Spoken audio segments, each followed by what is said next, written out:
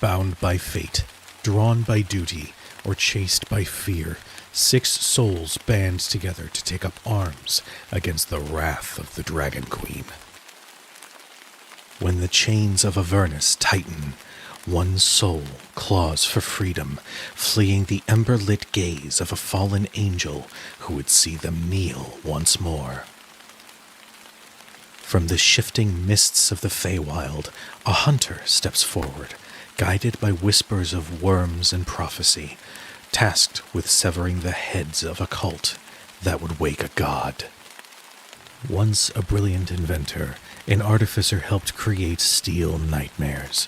Now, burdened by guilt, he is determined to dismantle his greatest mistake.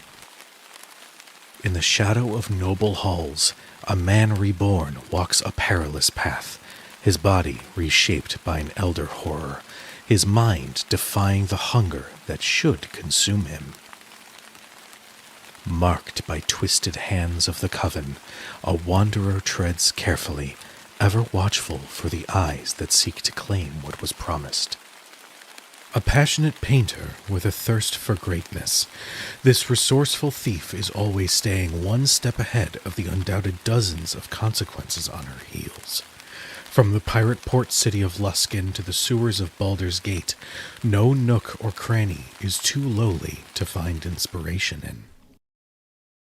And as their journey continues, so too does the stirring of forces that would see them broken, or worse, bound.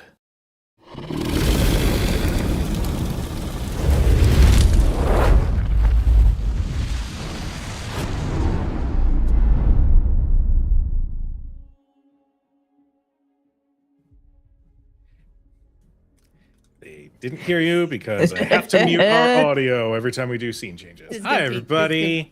Yep. Okay. Hi. Well, welcome, everybody, to Shadows Over Baldur's Gate, our spiritual sequel to the award-winning video game Baldur's Gate 3. Yeah, there's that. Thank you guys for the level 2 hype train. Was not expecting that. I've also yelled at my players already. Just kidding. For those who are just joining us tonight for the first time, Shadows Over Baldur's Gate is a spiritual sequel D&D campaign, as mentioned before. So if you are still working to finish that playthrough that you are taking so long to do because the game is amazing, and of course you should because there's so much stuff in that game, totally get it. All of our episodes are available on YouTube at Crit Hit Chronicles if you would like to start from the beginning after you finish the game. If you haven't and are like, welcome. Before we get into tonight's game, we have a wonderful cast that we want to reintroduce. So let them know who you are, who you're playing, and how wonderful you are. Hi, I'm Lauren Urban, she, her. You can find all the stuff I'm doing at my website, lauren-urban.com. And tonight I'm playing Udazash, also she, her, the Dragonborn Ranger/Rogue, who had a wonderful time last week, and she's just excited to have another wonderful time this week. Sure. Hi, my name is Omega Jones, also known as Crit across all social media channels. Pronouns are he, they. Whoa, I guess I almost had a freaking gender moment.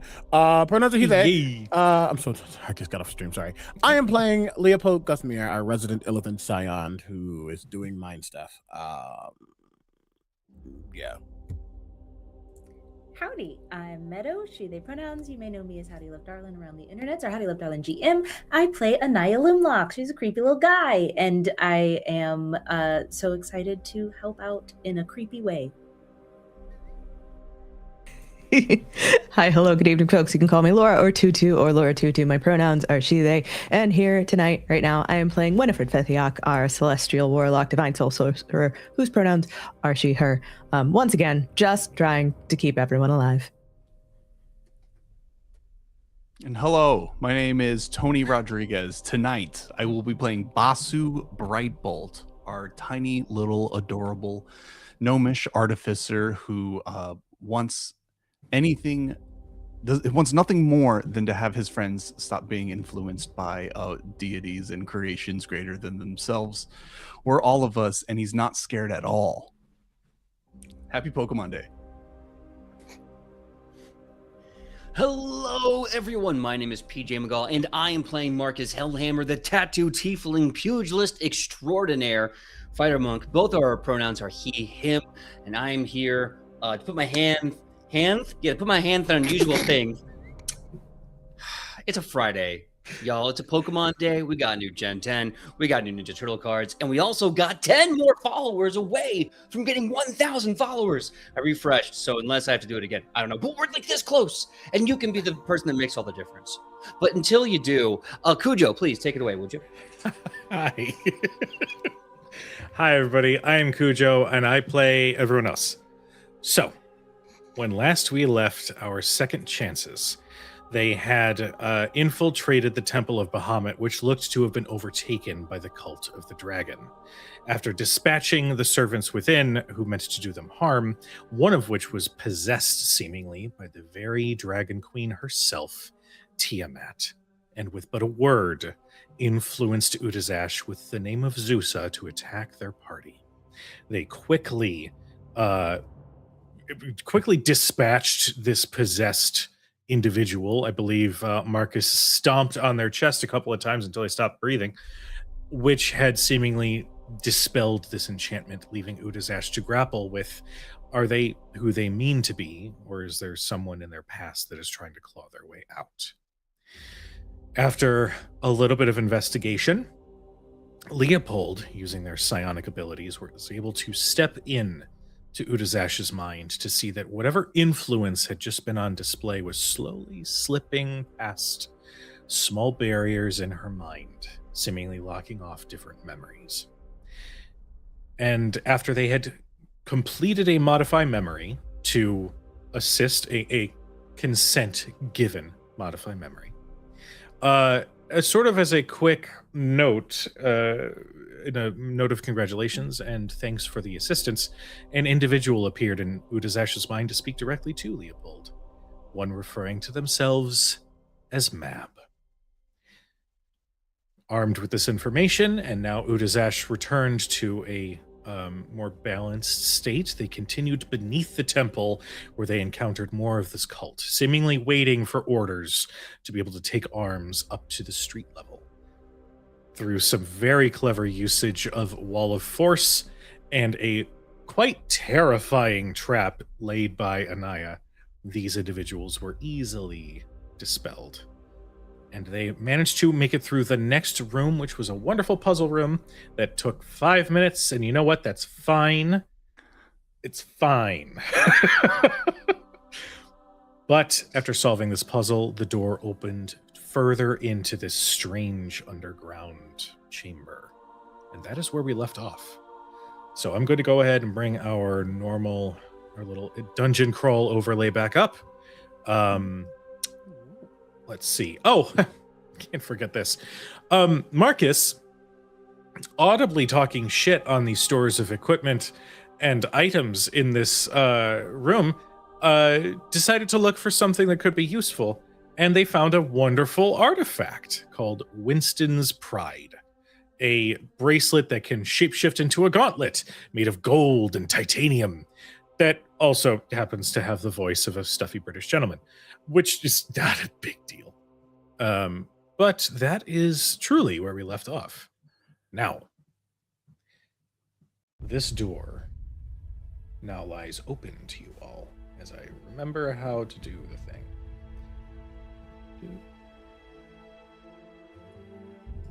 The door that has opened in front of you opens into a hallway that curves to the left, where you can see some ambient purple light reflecting off of the walls from whatever is in the next room. What do you guys do?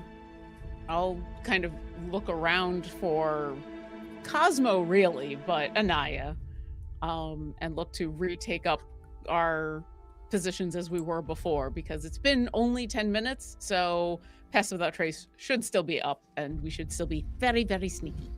Yeah. You'll see that Cosmo will zip forward from the darkness of the back cave area where the other cultists had been, and then Anaya very soon after that approaches. Are we going back to sneaking, or was the door very loud and we're at this point we're just going to run? I would try to sneak. Perhaps we can still get an advantage.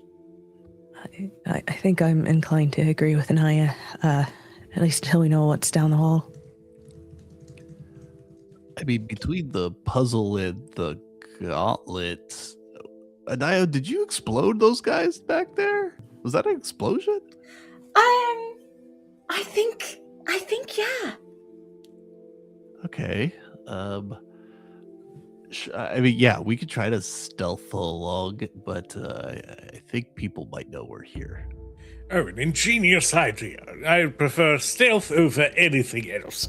Top marks for you. Yes. Sorry. Oh, yes. Hello, darling. My name is Winston. It's a Oh, I'm- delightful pleasure. I'm Yeah, the darling bracelet off. Isn't that immediately. cool? What a delight it is to meet you. What a perfect gentleman. Lovely, Winston. I'm so glad you're with us. Oh, well, thank you. It's been quite some time since I've been attached to anybody. And I must say, Basu, you are an artificer. You did make those arms yourself. Tell me, what was your schematic? What was it based off of? Yeah, a magician never reveals the secrets. We should really keep going. And we must keep quiet, you see, as Anaya picks up on that weird friction and tries to get the Winston to be quiet. Oh, quiet as a church mouse, my darling. You won't hear a word. Immediately charmed by this puppet. Not a There sound. really that many mice in churches? Oh, that's for later. Okay. And Udazash will start to creep forward. Although we'll Okay. wait for Cosmo to go first. So Okay.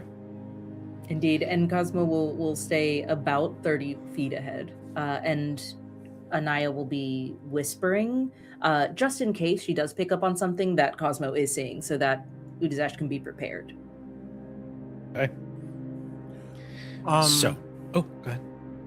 While everyone is kind of talking and getting their bearings, and Cosmo and Winston and all these things, you see Leo staring at some of the things that he just got, and you can tell when he is getting ideas. He kind of zones out and kind of hyper focuses. You can almost feel a warbling coming from him as that mind is just racing. And I think potentially maybe to Winnie.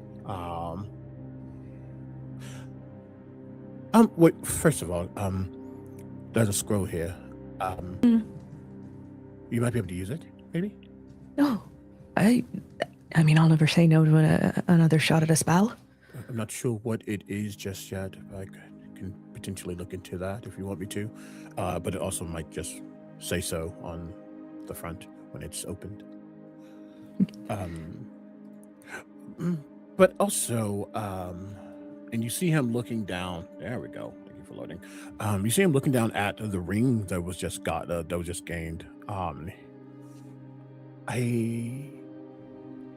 This could come in handy, but I don't think I could use it while. And you see him have on his middle finger another ring with a dark black opal upon it. He says, truthfully, I shouldn't really be the one toting something like this. I thought maybe you all, and he looks back to where Anaya is, you or Anaya might find this to be something pleasant. Maybe your connection to the matron and her connection to those three. I guess I figured one of you can wield this, maybe. It is my ring of necrotic resistance. Oh. Well, that's very kind of you, Leo. Winnie, would you take it? Are you certain? Mm-hmm. All right. Yeah. Thank you, Leo. Of course. I just need to. And as he takes it off and puts the other one on, giving you that one, he just starts to focus hard, looking into the magics within, but then looking at the forces that surround what the arcane, what the weave is. Psionics works outside of the natural magical space. It works in mysterious ways, quite literally. And it's able to shift and bend the rules of magic in ways that traditional arcanum can. As discussed, Cujo, tell me how many spell slots I need to get rid of so we can immediately attune to these items.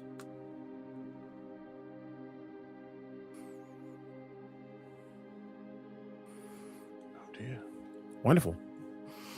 I will do my duty as a support.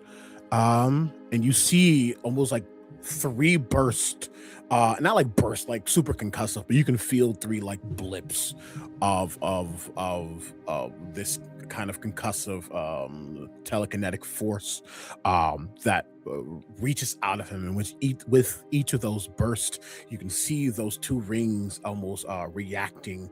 And as they react, our minds almost understanding intently the schematics of these 2 items. And in that last burst, you feel that sense of necrosis being repelled from you, as you will immediately attune to the ring of necrotic resistance. Now will immediately attune to the ring of spell storing.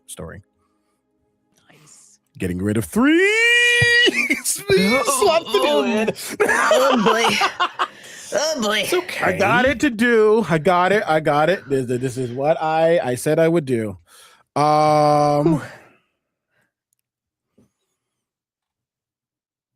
Oh, that's actually funny. With doing this, I have no more spell slots. Oh my god. That's I'm sure okay. it's fine. That's It'll okay. be fine. That's okay. Sure it's fine. Oh That's my okay. god. That's Oh my okay. God. Spell slots. I am willing to do it for the party. I got other things I can do, maybe. After that, Boss is holding this cape, and he's able, as an artificer who makes magical items, he's able to discern that it's magic. And after Leo kind of does all that, I was like, Leo, can you hold on to this? It's magical of some sort. I don't really know what it does yet. And also, I don't really trust many magical items I don't make myself. So I can quickly hold on look to into it. yeah, just, if I can't build it or recreate it, I don't entrust it. It's just like a thing I have with magic items, especially if they talk. But maybe you can hold on to it for a while. Well, let me try to understand it, and then I can Sure. share that understanding with you. Then perhaps it would make you more willing to use it. I don't understand. I'm sorry. I know that you have a peculiarity. Wow, what? I can't word. You like making your own shit. Is what I'm trying to say. But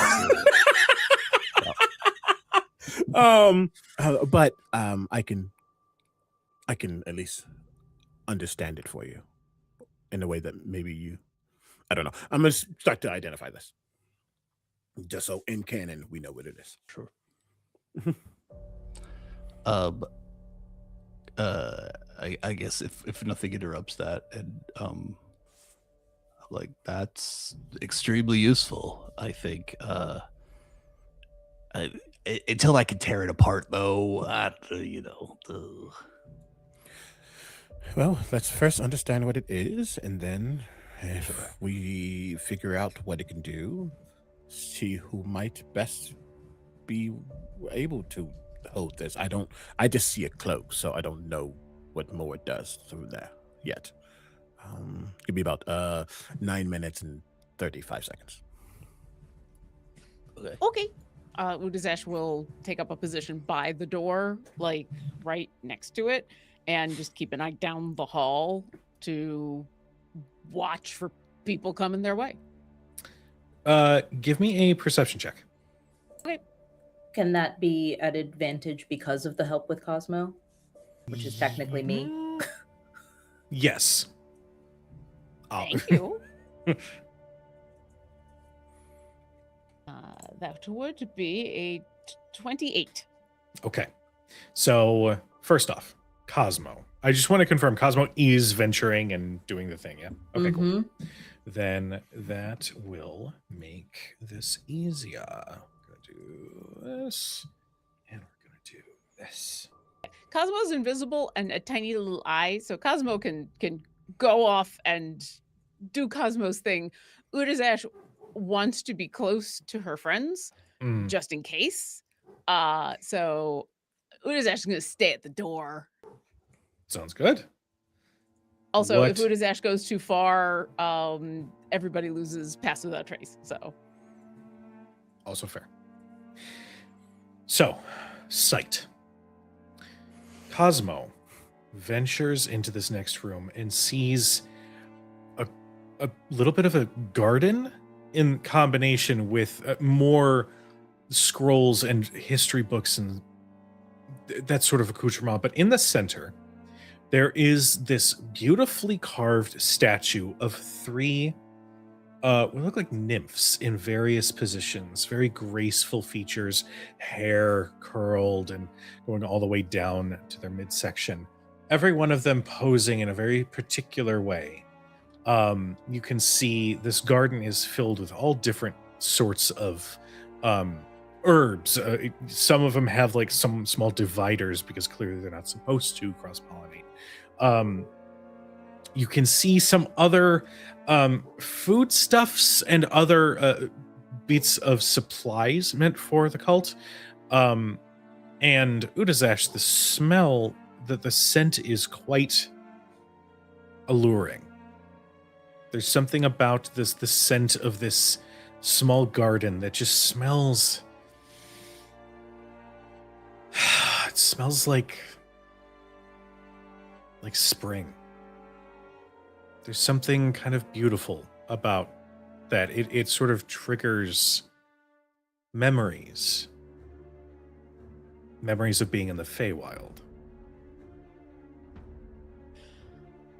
I'm gonna call back over to Winnie.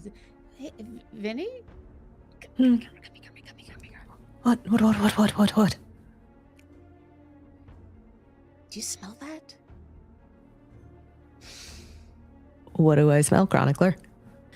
It smells like that one place in the Feywilds. It's spring with lavender, but also with like cat tears. Does it smell right there?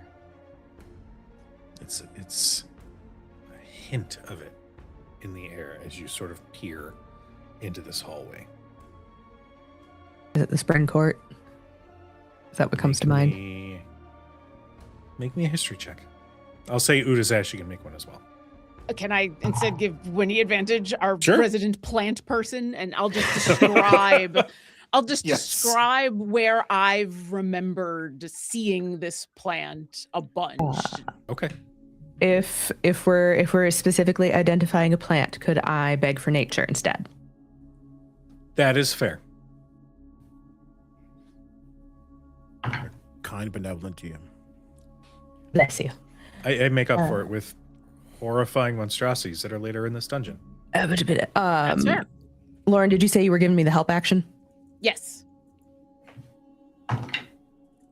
That'll be a dirty 20. With a dirty 20, there is one particular herb that exists in the core area of the spring court.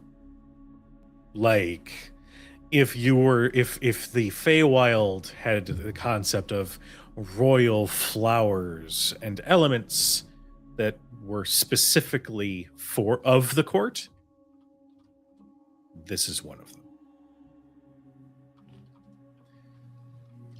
And I'm going to say it's called a blossom root because that's the best I could come up with on the fly. It's blossom root. Oh, Laura, All right. your mic is doing some beatboxing right now. It was given transformed by Darude. Oh no. It's good now. Hello. It was trying to drop the beat It was though. hype as hell. Cue the Game Grumps reference to Aaron. I was about to ask, you're getting a cell phone call back in 1999. That might also be. I can smell it so well, I can almost hear it. It also plays dubstep. Apparently. Okay, that's what it is called. I remember it everywhere, but I think I remember it by like 3 other names. It smells amazing. It's one of the herbs that's most directly connected to the Spring Court. What's it doing here? I don't know, but I don't like it. Are there any properties that Winnie would remember, DM? Or is there anything I would remember? Like if this is connected to the Spring Court, are these flowers that are not supposed to, is this like you don't pick these flowers because off with your head kind of thing? Or is this something else? Yes to that question. Oh. And in terms of properties for herbalism's sake, there's this wonderful magical spell called Charm Person. And there are those who have studied its runes and whatnot with the intent of duplicating that effect to cast a spell on another individual. There are rumors that the origin of this spell actually came from the Feywild, from this herb. So you know pretty much for a fact that any bit of this sap would essentially equate to an uncounterable charm effect. Okay. As we're getting ready to move forward, I think Winnie's gonna turn to the rest of the party and just... I think we have some relics of the Feywild in the next room. One of them is specifically a plant called Blossom Root. Do not let the sap touch you, and do not touch the sap. I don't think we can leave it here. Let's see what it is first, but I'm inclined to agree with you. Does it have to be? So as he's like meditating, does it have to be? And as he says that, a spectral variant of his hand that he's allowing to be seen that typically isn't seen, comes off if someone touches it via non-physical means. Does the same laws of Fey apply? I'm assuming it would have to be skin to skin for absorption, if that is a good assumption, DM. I just... Oh, you little bastard. Based on the things that we've seen so far, I don't really understand the Fae like you two do, but it is its own form of magic, and it might have its own rules. Leo, it's the Fae. Just thinking about it might be bad. I blocked. Hashtag slam. Putting a board in front. I would not touch it in any way. I would not smell it. I would avoid looking at it, really, to be honest, but we're going to have to. But no, I would not touch it even with a spectral hand. I would not even dare. Circus, monkeys, none of mine. Yes. It's Charm Person. It will essentially put you under the effects of a Charm Person spell, and there is really no way to counter that. Not when it comes from this. You saw him go, and then you said that, and he went, okay, that's fair. As I have many things on my character sheet that can counter charm. But not gonna risk it. We don't risk that. Is it possible to... I see a lot of scrolls and like open written word in there. Without stepping in, can I have Cosmo head over and read some of that literature over there to see if it's anything helpful, anything worth diverting from just getting straight through this room? As you pilot Cosmo to approach one of these scrolls, give me a real quick investigation check.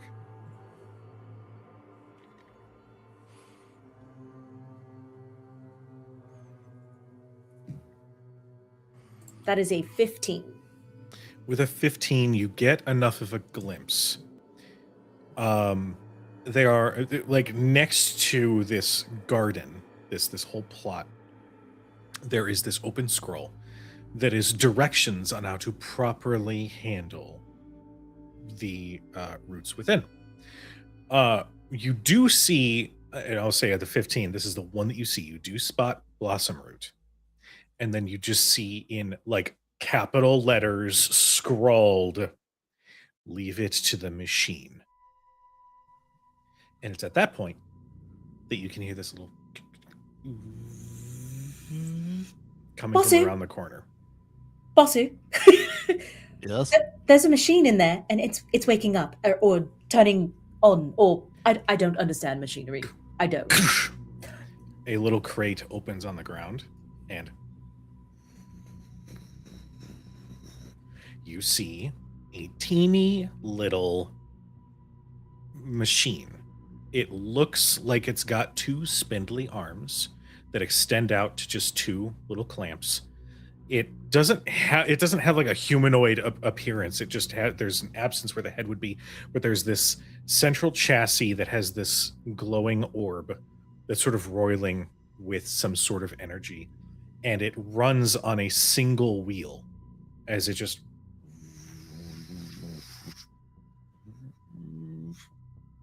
and it shifts to just in front of a beautiful herb.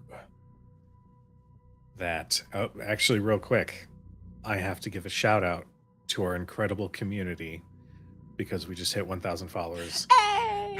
Let's go. Thank you guys so much. I'm going to cry about this later. So that free feed? Okay. I'm kidding. No, it's But also cool. You'll not. get her feet. You'll just also have a talking cursed object on you. I'll take it. Thank you so much. Also, I see you, Alec. Welcome. Love you guys. Cry about it now? No, I don't want to. Anyway, you see this beautiful root that blossoms into these huge leaves that, as you're watching, the leaves themselves are sort of like slowly shifting color from one to another, but all of them are distinctly too bright and too voluminous to be like material plane natural. So it's just too brilliant of a purple. The royal blue is deeper than the clearest pool of water. And you watch as these tiny little arms extend out and up, take one of these leaves, and then the other hand clips it. And then they lower it, and they slowly turn and start venturing down the hall, if we're looking at the map, to the south, and out of sight. Really quickly, that's like an actual like mechanical thing moving Yep. around in this bit. Okay, great. Okay. So, is this powered by Can machines be I don't want to sound like the least educated in the room, truly. Has anyone ever seen anything like that before? Because I'm drawing as fast as I can, and I don't think I've ever seen colors like that. Well, recently we found out that machines I helped make can be powered by Hellfire coins, so I'm assuming nothing's off the table. Okay. GM or DM, does any of it look similar to some like the Hell engines or any of the tools of war that Zariel likes to employ? As you look at Anaya's quick sketch, no. This looks... It's just a cube with arms. Yes. That's my aesthetic, baby. This was a triumph. I'm a genius! I am a surgeon! I'm a surgeon. If there is cake, do not eat it. No. It is a lie. You do not see similarities between the Infernal Watch and their design and this little guy. It's almost a complete... I'm going to actually leave this to Basu specifically. Give me an intelligence check. Doggy.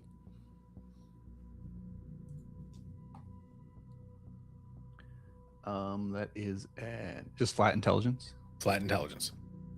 Add your proficiency. That is an 18. 18. And I'll just throw a flash of genius, just in case, for a 23. Okay.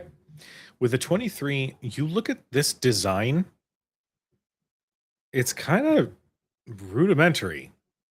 It's almost like when somebody studies to become an artificer, this is like one of the first things that they would end up building. It's like a project build that exactly they use to complete a menial task. Yeah, like you don't see anything particularly remarkable about this. I mean, it handles small tasks well, right? But there's not a whole lot more to it. Definitely does not match the design or the intent of the Infernal Watch. Okay. Seems simplistic in design. It's doing a menial task. It could be Gandhi to make. I think I'd have to get eyes or hands on it to know for sure, though. All right. Not yet. Can I take a look at the scroll you've got there? I could read it out loud for you because it's in the room and it's so it's Cosmo hovering over the scroll, but she can read it for you word for word. You know what? Or quickly describe it. You know what? Maybe I'll just grab it as we go through. Do we want to? And when he kind of like nods towards the chamber. Before we do, well, as you say that, Udazash will first look over at Leo to find out how close he is to finishing what he's doing. But also, DM, when you talk about this is a sap that is basically a charm person that is uncontestable, is that for creatures on the material plane, or does that also apply to, and by fey creatures, I literally mean like those with the fey tag. I understand that Udazash is from the Feywild, but she is not a fey creature. Whereas I am in fact a fey creature. Yeah.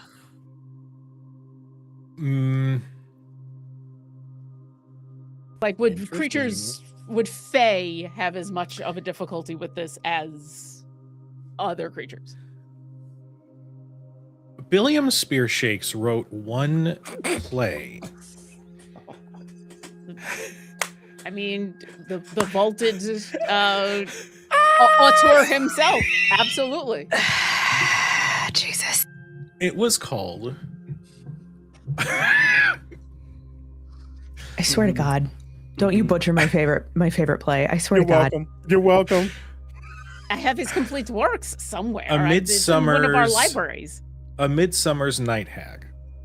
And in this, the story went that those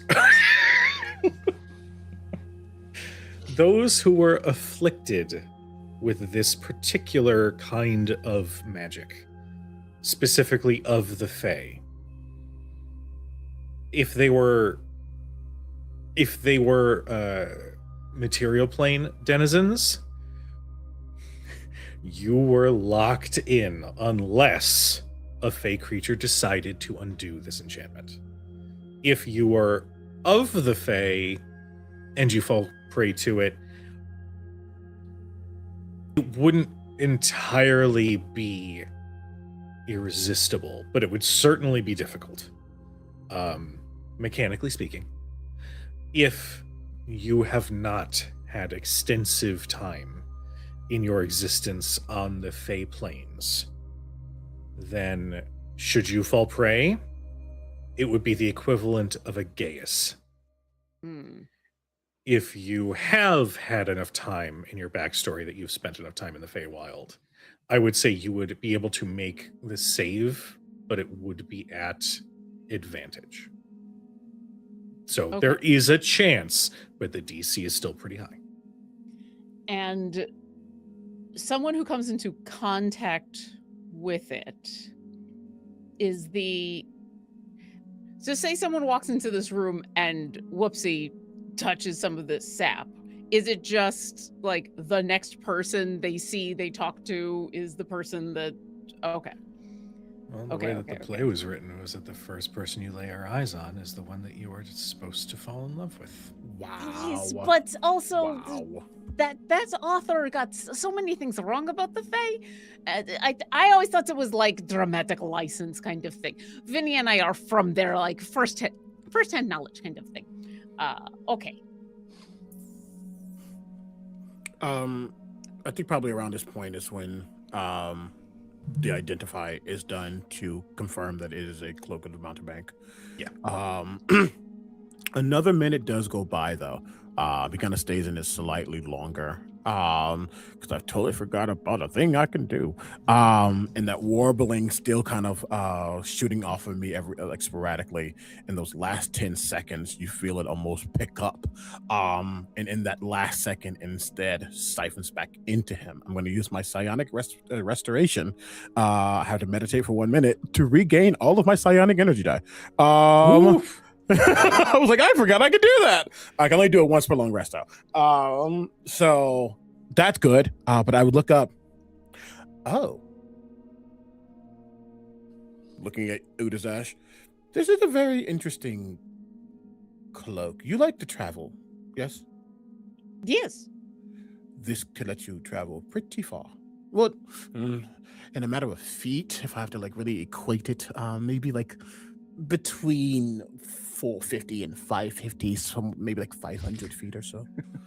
That's a lot of feet. It my is. feet are your feet. My feet are bigger than yours. Just spitballing, maybe between 499 and 501. I don't know. And I actually don't think you need to really focus on it either, and it kind of floats over towards you. I mean, it'd be very cool, but Basso found it. I know, Basso, you are like wary of things you did not make, but I don't think you are like a sewer person. So now that Leo has done the taking it apart with their mind, are you more interested in the cloaky thing? I don't know who made it. It's not going to match my backpack. You know, it's like a whole thing. You're very picky about your magic items. I mean, I trust Leo. If he looked at it with his mind, then and I'll just take it out of the air. Oh, yes. You see, some of us preferred us in the order of the blizzard. Simply just picked things that were functional, not stylistically appealing. It's cool. It's still talking. That's awesome. Was it a WoW reference? Yes, it was. Yes, Order of the Blizzard, Winston. It's Overwatch, baby. I can't. Not a big trans mugger myself, you know. So unless somebody else wants it, because she'll hold it out and say, I believe you might use it best. I don't really. It kind of like hovers off the ground. I think I can get by without it. Just use it to get back to us if you need help. I will always use it to get back to you, or bring one of you with me somewhere else. Yeah. Or more than me, you can use it to find yourself a sweet little spot to start picking off all the baddies with your bow and arrow. I think you could do that just fine. Well, I've got other ways of doing that, but this would get me very, very far. And yeah, I will add that to my inventory because he is. Yeah. Just in case as well, we can walk as I'm doing this. I am going to start casting detect magic. Okay. Just as we're in here, it's going to take another 10 minutes, but I can walk and talk while we do that. Okay. Unfortunately, again, out of spell slots, so can't do things faster. All good. Hey, listen. Can I? The room isn't like covered in sap. They have machines that are picking it, right? Yes, It's just to be yes. careful. Okay, great. Yeah. Can I look around then, Cosmo first, to see if there is anything else of use or of value? What was your investigation check from earlier? 15? 15. Oh Please. I will say there are two things you see. One is on the finger of one of these nymph statues. It is a beautiful golden ring with 3 different gemstones therein. 1 green, 1 blue, and 1 white. It is ornately crafted. It's got a very Art Nouveau sort of approach.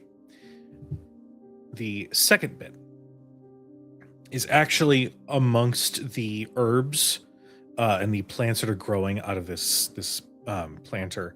There is what looks like a gardening dagger that's sort of implanted in the dirt next to a particularly grody looking root. And those, I mean, outside of, you can see a lot of the scrolls and other books around here really about herbalism as a whole. But then beyond that, there's some foodstuffs and other such supplies and whatnot. But those are the 2 things that call out to you. I think it becomes a very strange situation because Cosmo goes one way and is looking at one item, and Anaya's only other eye is looking at a completely different direction. And so her brain's a little split on which way to go. But I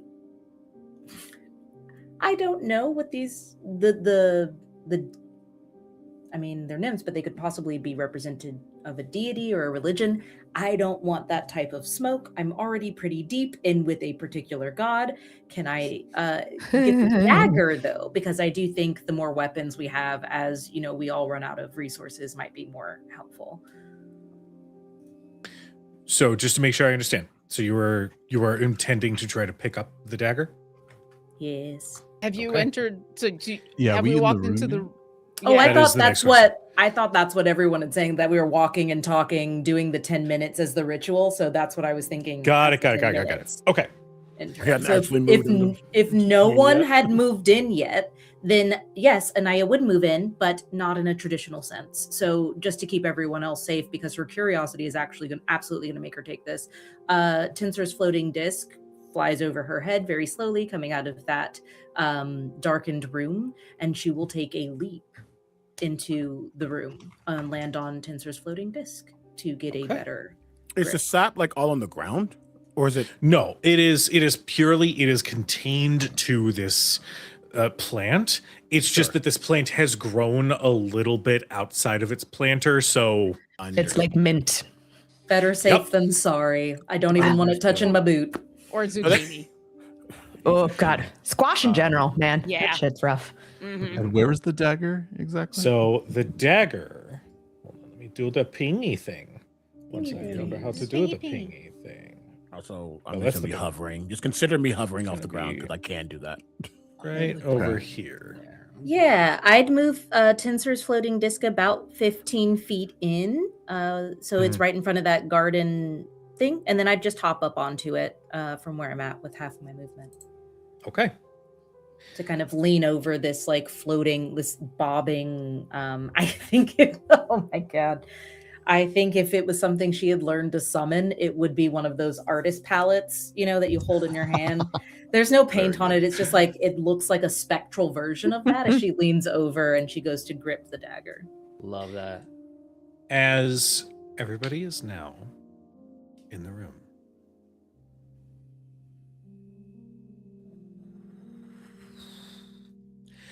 within a matter of seconds, the eyes of this statue start to glow, and a mist emits from the base of this statue that then coalesces over all exits to the room.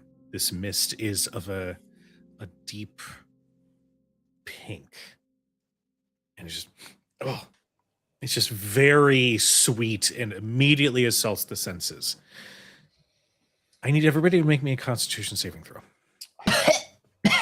So good at this, y'all. Considering- love this so much. Considering what we were Winifred just has never talking, smoked, but that was the most smoker's cough I've ever heard. considering what we were just talking about, is this to avoid being charmed or frightened? No. Okay. Oh, Okay, that is important for me to know as well. Is this a Um, poison? Yes. That Oh, that is a 4. oh boy. I use these really also cool got dragon a dice I 4, just so opened up. I am They're so going pretty. to re-roll that with a little Okay. twinkle of my eye. Oh. Cosmo is going to help me re-roll that. Hmm. I'm gonna And let that's worse. Thanks, Cosmo. Oh, buddy. Cosmo's So like, you're I- welcome. Absolutely fail. Okay. That's Go ahead. that's a 12 for me, but I have a thing. Okay. Well, it is going to be a failure. Yeah, but I have favored by the Yeah. gods, which means I can add 2d4 to that Oh. total, just in case. Okay. Let's see what you get. Let's see. Can't read. Okay, so that brings it to a 14, and that brings it to an 18. It's still a fail, my love. Fuck me. Oof, I got a 5 on the die, baby. Oh, we're fucked. That is a failure. Let me just see what Barnabas gets. 19 let's go, Barney. Total. total. He has a 0. That is a failure. Oh, I- this is spicy. I got some good news. I have advantage against being poisoned and resistance to poison damage, and that means I have a total of 25. That What is a a success. I got done. a scandalous 20, but I'm gonna flash of genius myself for 25 as well. That will succeed. Anaya, what did you get? Oh no, no, no, no, no, no, no. No. Okay. I gripped that dagger and I took like a big old breath in to like really Well, Really Hit the for notes. those who have failed, you are going to take the poisoned condition. Oh, Ujazash, did I get your number? It was very low. Yes, it was a 4. Okay. Yeah, that's going to be Yeah. I'm gonna fail. You're going to take the poisoned condition. In addition, I'm gonna do a because- thing yeah, that we just forget about, and I've been staring at it this entire time. I'm gonna use 2 luck points to re-roll that. there you go. As a note for our wonderful Damn chat who's me. wondering, what the hell does that mean? I may have kit bashed the luck system from Tales of the Valiant and just plugged it into this game. So for any failed ability check, saving throw, attack roll, you gain 1 luck. You can spend them as a 1-for-1 bonus to your roll. You can spend 2 and re-roll. You can spend 3 and something else will happen. Should I got an just re-roll? 18 under the die plus 3. 21. That'll be a success. Ugh. So for those, because we have not touched on luck in some time, and that If I was like, egg wait. on my face. Just for those who have not touched luck in forever, just give yourself 2 luck right off the bat. That's something I should have Because we're all so good at tracking it and keeping Yeah, it. it was Oh, great. it's- We're episode I 45. didn't know we and I did that forgot. here. That's how good we are at this, Anaya. You never were told. It's yeah. Thank you guys for the 1,000 followers. Yes. What gay? So, Anaya. Mm-hmm. You know that thing last episode actually, Right. where the note was check an item before you grab it? Mm-mm. I don't recall that part. I'm so sorry. You It was were shiny. murdering- You said it was useful. I'm so sorry. As you are trying to ward off this very sweet and pervasive smell, you hear, Oh, Petal. It'll be so nice to work with you. that's all. Do I have the dagger? Mm-hmm. Ha! I think she's happy. I think she's happy, and I think immediately out. Wait, did I hear? I had to have heard that out loud. I had to have heard it out loud. Or did I hear anything at all? I can take the condition, but I don't know if I'd hear the voice. That's right.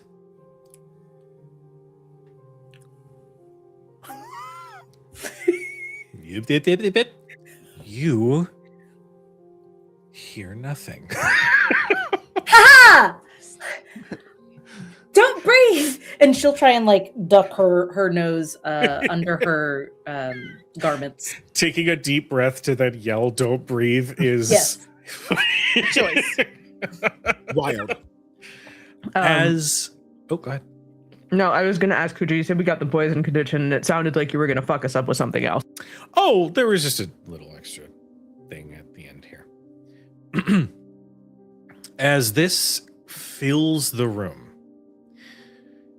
what sounds like 3 voices, femme in nature, speak in unison.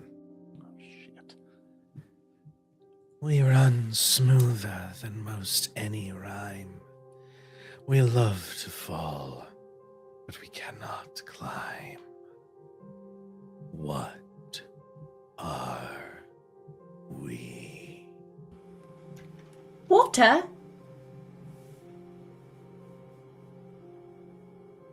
Hello? Is it water?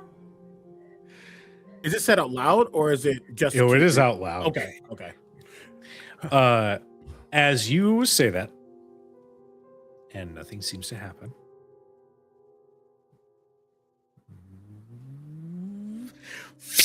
I am going to need Anaya's AC. 13. Screaming. Okay. It's a fail. I'm It's in gonna danger. hit. Where is It's Anaya? gonna In the room? hit. Right in front of the garden. I can actually move her token 1 sec. Okay. Grab her. I I will need also to- move I need- Cosmo. Yeah, I need to know if something She's is hitting Right Anaya. here. So one of those statues, the one whose eyes are glowing a sickly green, you see 3 rays fire out from those eyes. Anaya, you are going to take a total of 13 points of acid damage. And How we will many now. how many of those hit me? 2. As a reaction, can I see if that doesn't hit with shield? So what would your AC been? 18. With the plus 18? So only one of those would have hit then. So Okay, wonderful. only- I think the first blast absolutely messes with whatever she's wearing, and you can see it is just like bloody rags, like old bloody clothes that she's wearing, and that is kind of her protection as the blood seems to harden, like get darker and form almost like an armor-like patch in the old blood stains of her shirt. Okay. And that other one that seems like it's about to get through, Udazash is like tasting the poison to try to identify it as she's getting ready to do something, and sees those rays, and the bow is in her hand and firing even as she's still kind of identifying it, and is going to intercept that third one that is going to hit Anaya. And I'm going to use my reaction to soothe pain and reduce that damage by 1d10 plus 5. That's cool. Damn. Thank you so 8, much. 9, 10, 11, 12. So take 13 off of whatever that damage was. Well, that would be 100% of the damage then. So that acid, whatever it's splattering towards you just before it's about to get through your shield, this glowing arrow hits it, and both of them go splattering against the wall. And Udazash goes, "Did you want something to drink? Well, I don't know why they were shooting you just because you wanted something to drink." No, the riddle. Maybe rivers? Maybe streams? It's at this point I'm going to ask that everybody roll initiative. Oh, ew. Beans. That's what this is. All right. Ew. Thank you. The gift that keeps Okay. on giving. Initiative Ew. rolls. Okay, well, Oh, luckily it's an that's not ability great. check, so fucking not Cosmo, Barnabas. Also, for future reference, Dungeon Master, those laser beams, those rays, would they count as an attack roll from an attacker?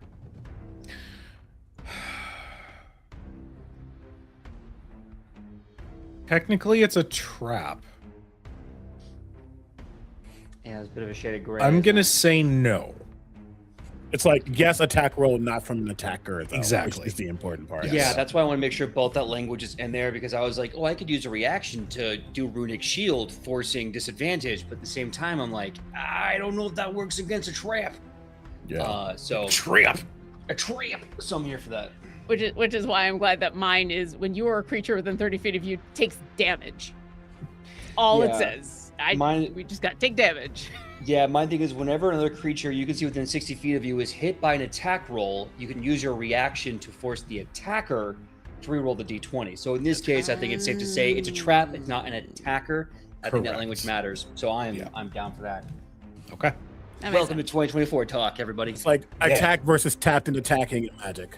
Exactly. Yeah. It's attacking, but it's not attack. Yeah. Silly. So we're going to go down the list here. Let's go with Basu. What did you get? 14. All right. Anaya. 16. Okay. Utazesh. 11. 11. Okay. Leopold. 8. So fast. All right. That's with Winifred. help from Barnabas, by the way. Jesus. Winifred, my love. 17. Okay. Not bad. Not my best, but not bad. Not bad at all. Yeah, that's good.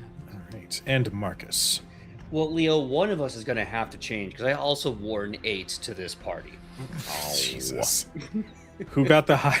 Who has the higher dex between the two of you? What's your dex? Mine's a 13. Oh, I have the higher dex. 16. Hell yeah. Okay. First up is going to be one of the other heads. We are going to target Utazash with these. Why? What did I do? Oh god, these rolls are awful, but one of them is good. Will a 21 hit Utazash? Yes. Okay. Utazash, you are going to take 10 points of cold damage. The second statue with the eyes glowing white, there is this freezing ray that hits right into your arm, and you can feel it instantly go numb. There's that one. And then the layer action. For those who, well, actually, no. What am I saying? I need everybody to make me another Constitution saving throw. Cujo. Pleek. Pleek. Nah, What? Let's keep it up. Please let me try again. No. That's a 5. Okay. Oh no. 22? That is a success. Nope. 21. Another 18 on the die plus 3. That is a success. So that'll be a 1 for me. Basu also got a 21. That is a success, Basu. 24. That It is wasn't also a rolled success. one. You don't have to put me in there, Your Honor. Oh, Oh. Your was shame it- must be recorded.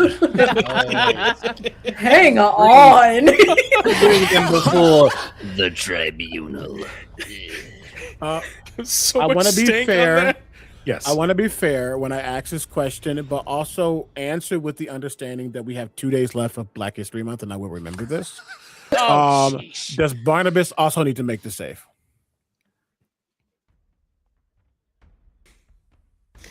2 days left. Thank you. So, I believe Anaya, Udazash, are the only two to fail. Is that correct? Okay. For Anaya and Udazash, do you have spell slots on your character sheet? Yes. Yeah. Okay. I will need you both to mark off one of your highest spell slots as this poison saps some of that energy and it goes straight into that statue, and those eyes glow just a little brighter. Dang, Leo, that wouldn't have done anything to you anyway. Well, I'm gonna get that one back. No, Why no, would you no. go for me so? Rude. Winnie, we come to you. I'm gonna talk to the statue in Sylvan, and I'm gonna say, I'm gonna get that one back, you know. No, it's mine now. Just kidding. Oh, Jesus, Mary and Joseph. Okay. Panic. Panic. I don't have anything else. Well.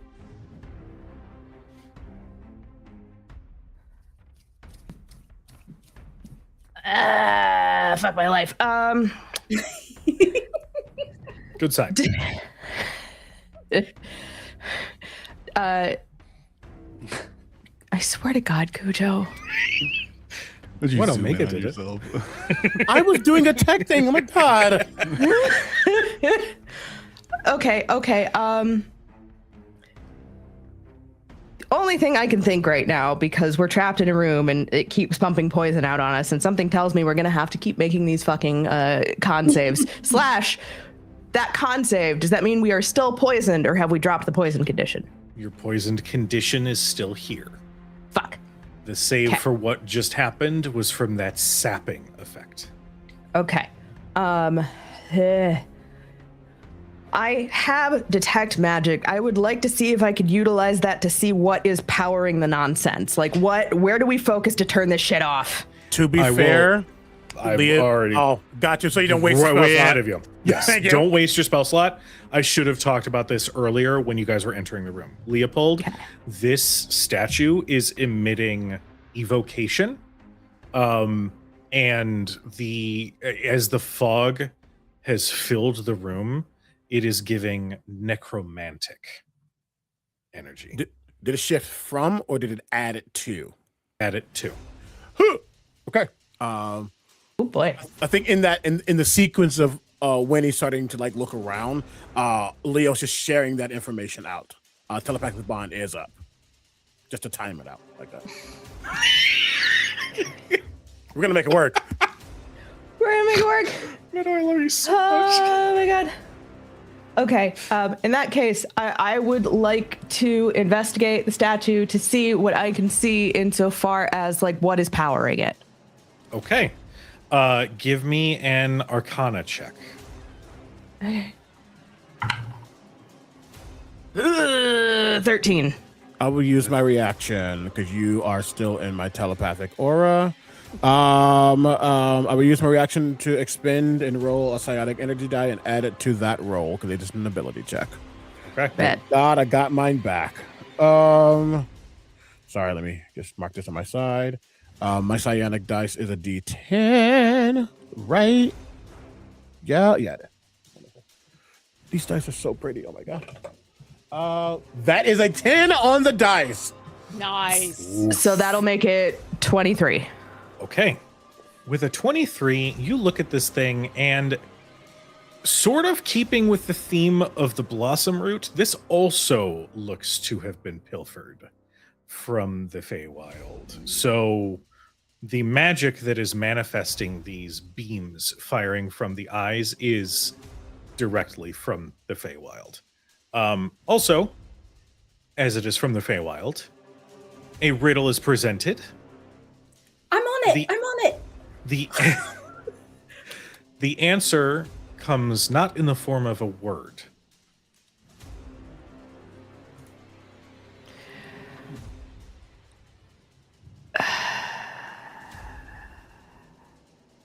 Kuja, you're gonna have to spell it out for me. I have an intelligence You're good. of like You're good. 11. So, I will give this to you all. Thank you. Dang it! The riddle. You're good. You're good. The riddle was the answer is water. These statues need something done to them in the effect of what the answer was. AKA, if you have a water skin, throw some water on these bitches. Or pee on them. Why? It's mostly water. Why? Because- Times 2. Because Why times 2? Because some people gotta be petty like that. It's the water we make ourselves. You're never not prepared. My God. I quit. Well, I'm not going to do that because I'm not going to give the weirdos on the internet any sort of ammunition. So what I would like to do would be to rip open a water skin. Okay. You open it up, quickly throw water on the statue, and within a moment, it's like you blink and the mist is gone. These statues are inert. Everybody is exactly where they were. Whatever just happened no longer seems to be in effect.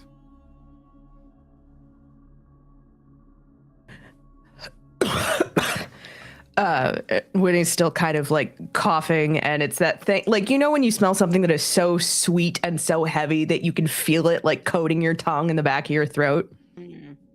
It's one of those. I will say, those with the poisoned condition, that does stick around. Okay. All right, who's still poisoned? Okay. Yeah, Udizash will, because she's still kind of tasting it, and is going to come over to Winnie first and go, oh, that makes a lot of sense. Although that whole thing kind of sucked.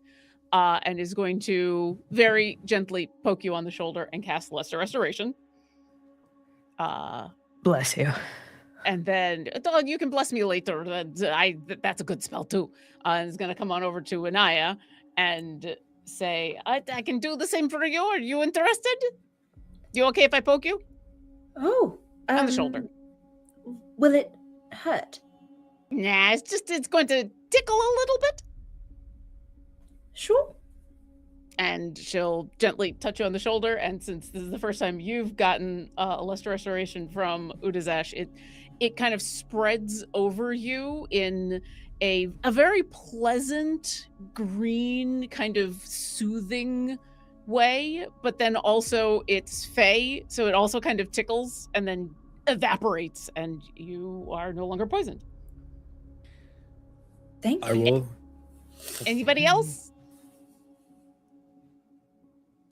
Okay, just me Well- then. And then she'll kind of scratch her head and scratch the back of her head and then spit.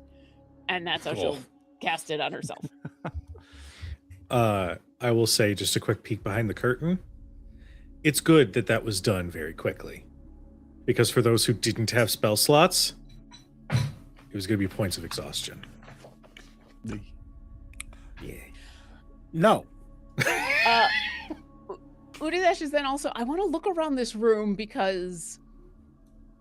Okay, so there's people coming in and out of here all the time, right? They don't answer a riddle every time they come in and out of here, right? There's got to be something that keeps those from answering riddles every time they come in and out of here. I'm of Right. the same mindset. Unless As- it really is just throwing water on it, then someone come in with water. Oh, do you think they ask the same riddle every time? That's kind of boring, actually. I mean, not for nothing, but we did just pass a giant underground lake. Can't be too hard to get yourself a cup of water, come in here, troll around. I yeah, think it might have something to do with this. And because Cosmo had been looking at it, she like pokes at the ring. And I think she on purpose pokes a little too hard for a little bit of blood to poke. so that she can cast Identify, Okay. which is something she has yet to do.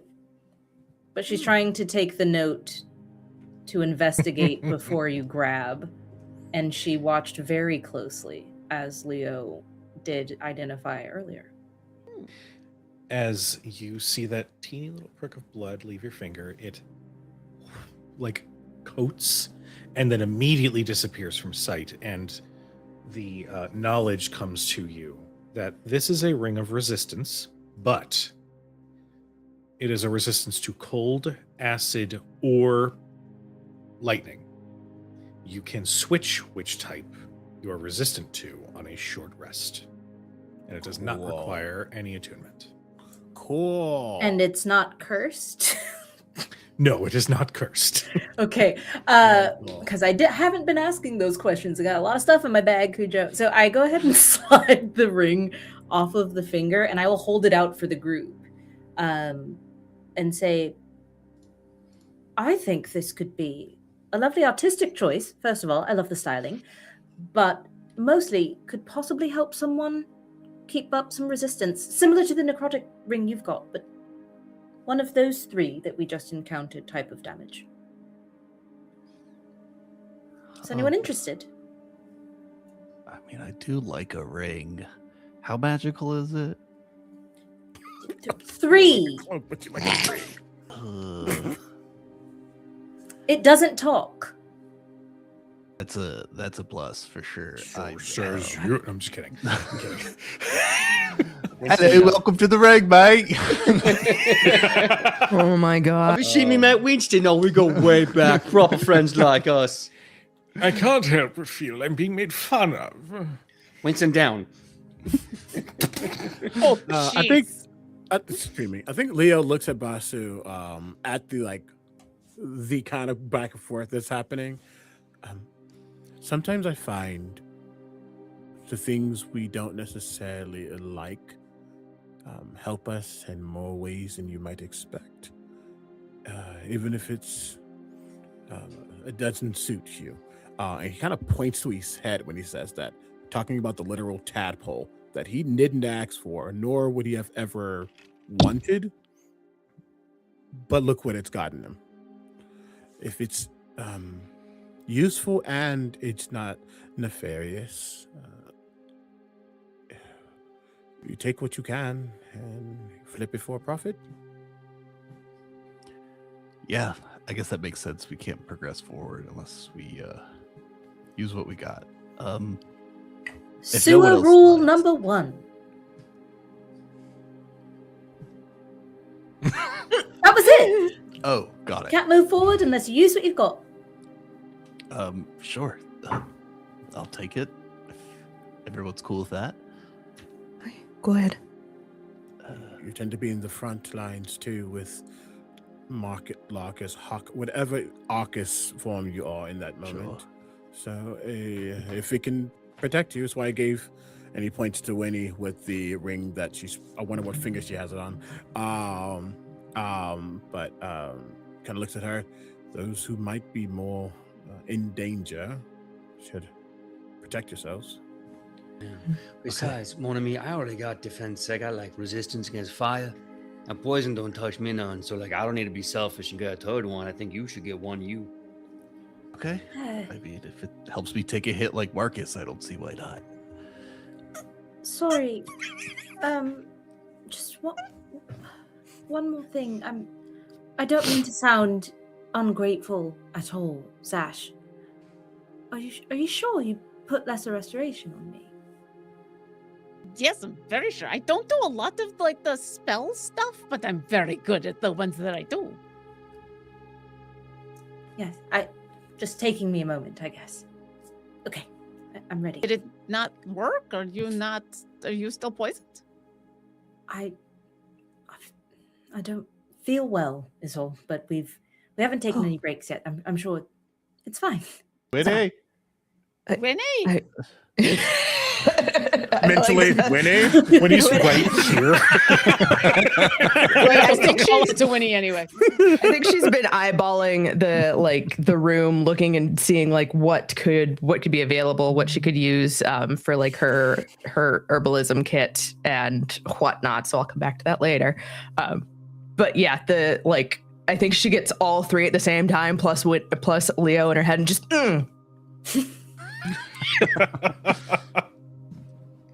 brief eye twitch, inhale, exhale. Naya, Yes. come here, love. Okay. And she's smiling as she's coming over to you, but as she hops down from the floating disc, she looks very weak, exhausted, lethargic. It's hard to, as if she could fall asleep any minute or pass out any minute. But she hasn't taken harm. Oh dear. And Winnie once again goes into triage mode. She's like got her hands sort of like under your lymph nodes. She's like looking in your mouth, looking up your nose. What do we got, GM? I will answer that after we take a quick 10-minute break. So, for those in chat, first off, seriously, you guys are incredible. We not only did we hit 1,000, we're already at 1,005. You guys are awesome. Yay! Sincerely, Hell yes. I started streaming back in 2020 doing video game stuff, and it was only a couple of years ago that we switched over to this, and I am genuinely so thankful and so grateful for everybody who has followed, everybody who has signal boosted and hung out and said hi at cons or shown up in chat to just watch. Genuinely, thank you guys so much. I love you guys. You guys are wonderful. We are going to take a 10-minute break. So get yourself a snack, get yourself some water, take your medicine if you haven't, and we'll see you guys in about 10 minutes. Be right back, everybody. Thank you, 10. Thank you, Tim. Yeah.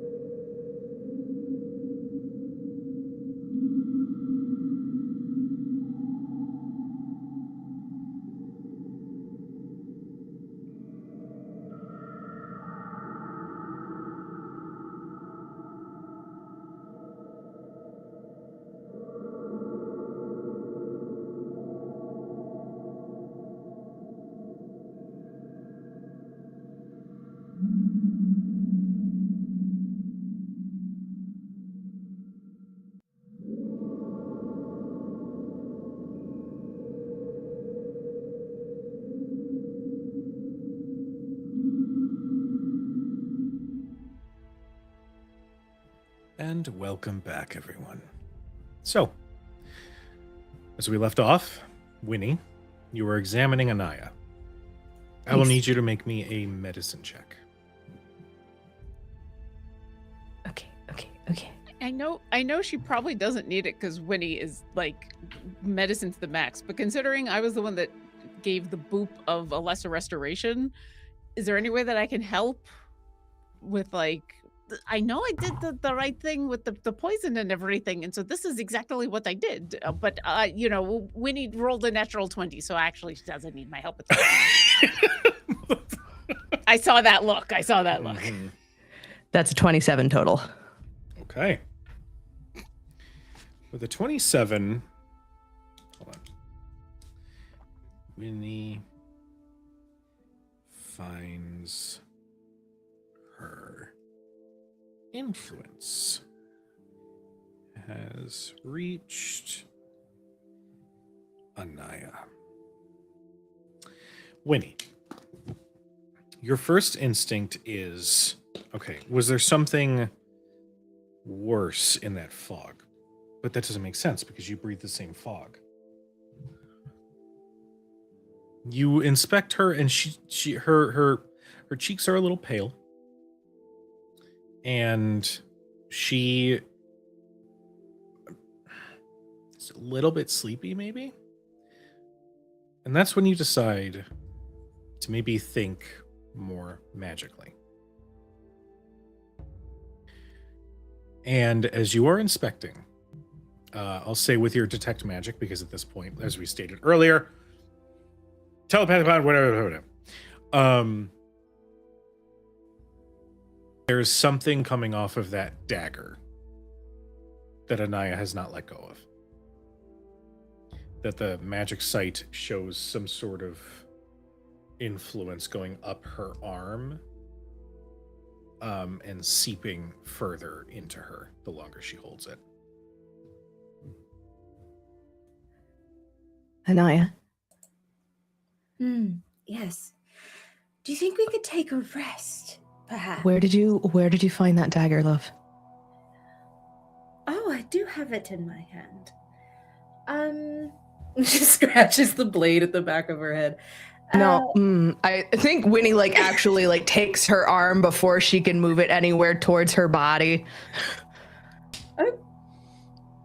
Oh, It's the- Petal. There you are, my dear. I was wondering where this had been misplaced, and yet I can't communicate with the one holding it, dear. Would you please be a darling? Bring the dagger back to me. I need you to drop the dagger. You're muted. Oh, sure. She doesn't. Anaya, open your hand. Oh, I'm so sorry. I thought I did.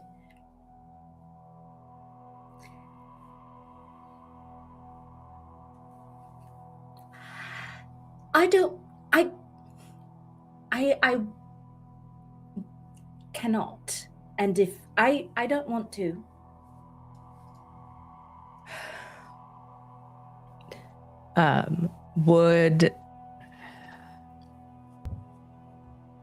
Would Winnie know if a specific third level spell would help with this?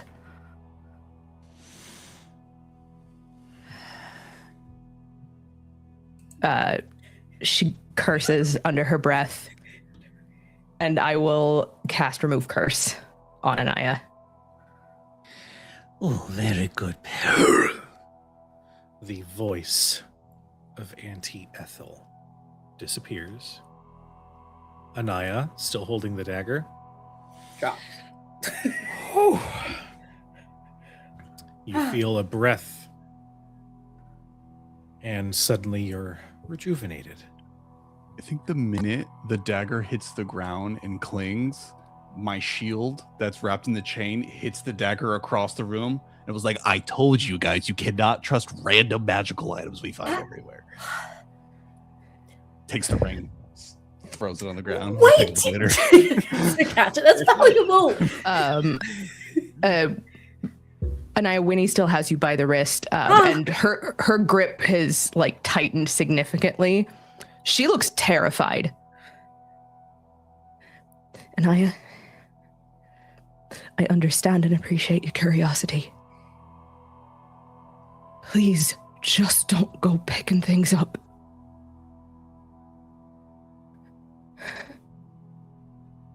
Okay, I won't. You're hurting me. I'm sorry. And she'll let go. Can I get a closer look at that dagger without touch? I'm not touching it. I'm gonna put that out. I'm not fucking touching that thing. You take a look, and it looks like a gardening dagger. It looks like it is meant to assist with cutting of roots, maybe with aerating a little bit of the soil. It's an unremarkable looking dagger.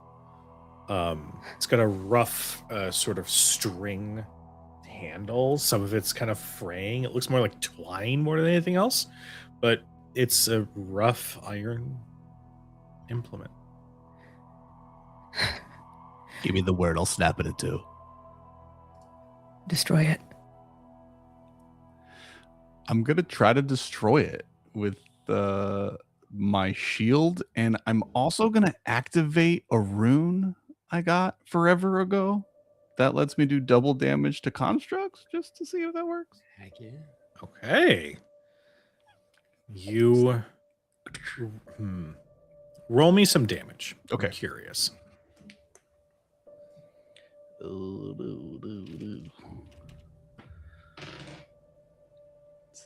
Tonight.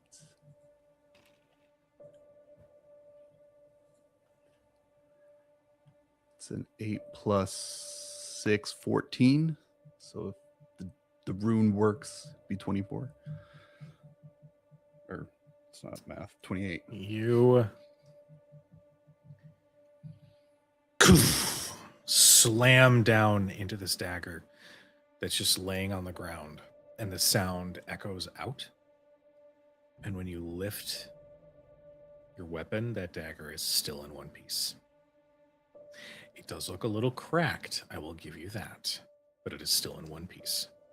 Can I try to break it physically? It may certainly. Unless you ask me, sorry, it looked like you were about to say something, so I want to cut you off. The only thing I was going to say is, without need of a perception check, you can all hear, what's that? Echoing from deeper in this, whatever it is, Which direction? to the south. That's- Cosmo does a Yep. loop around Udazash and will stick about 10 feet ahead of Udazash if they're going to scout. I'm going to look at everybody. I've still got Pass Without Trace up because I'm assuming it still hasn't even been an hour since we've been down here. No. Yeah.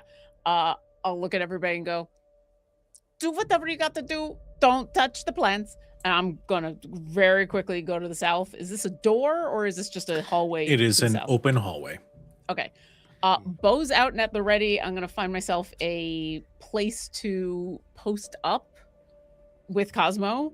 And I'll try to stay hidden-ish, but I'm more interested in making sure that I see someone first before they see us. And I'm shooting first and asking questions later. Okay.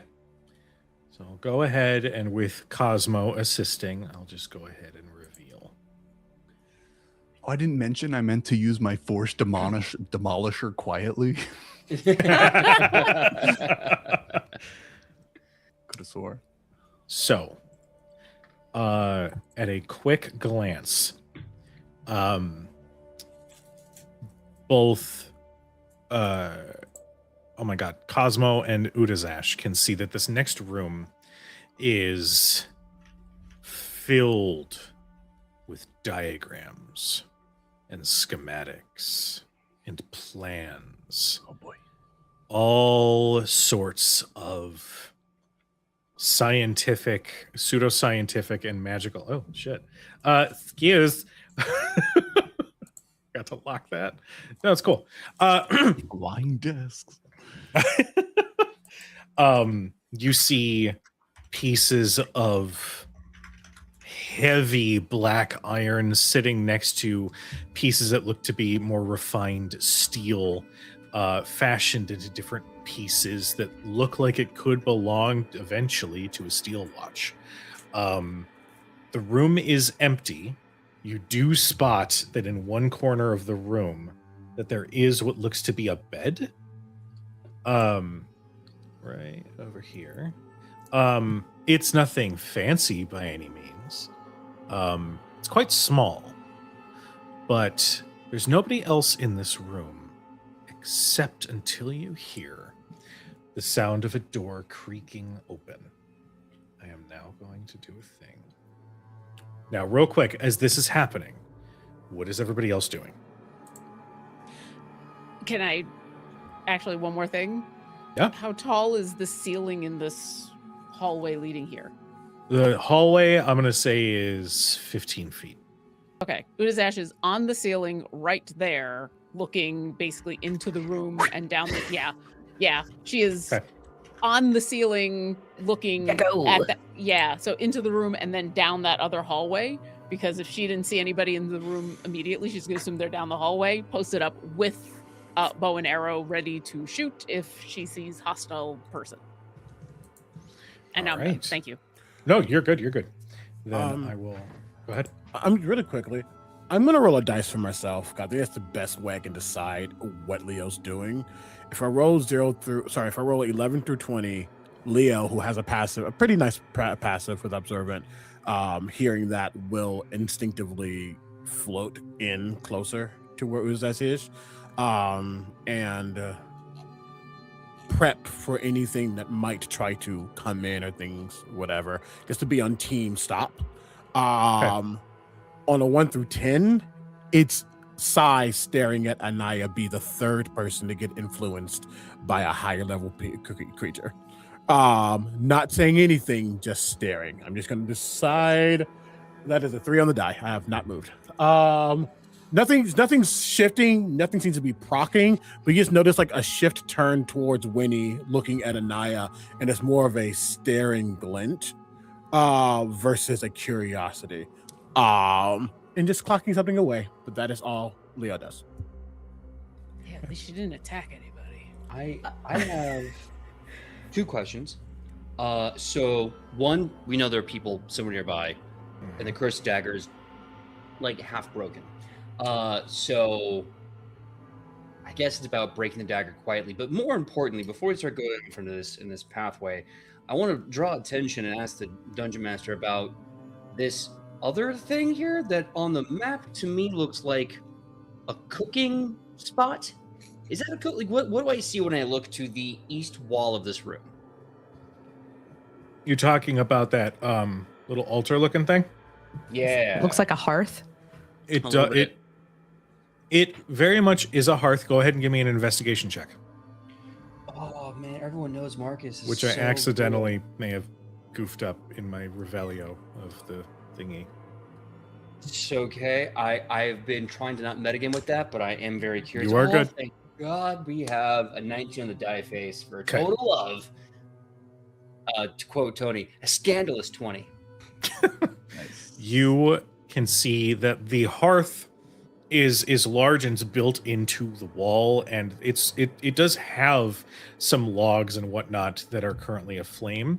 But as you look past those flames, you can see that in the stonework of the wall there is a teeny little gap, and you can't quite see beyond it. It's maybe what, 5-6 inches wide. Okay. So I'm gonna clock that because we are not going in that direction, and I don't think we want to split the party. Do we, gang? Do we? Please no. No. Okay.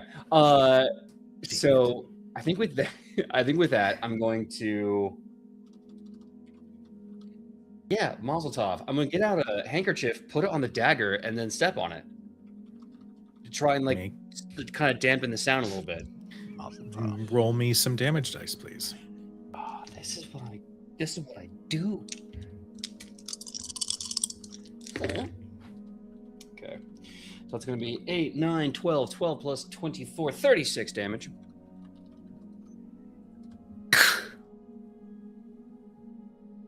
You remove the cloth and can see that that dagger is snapped in two.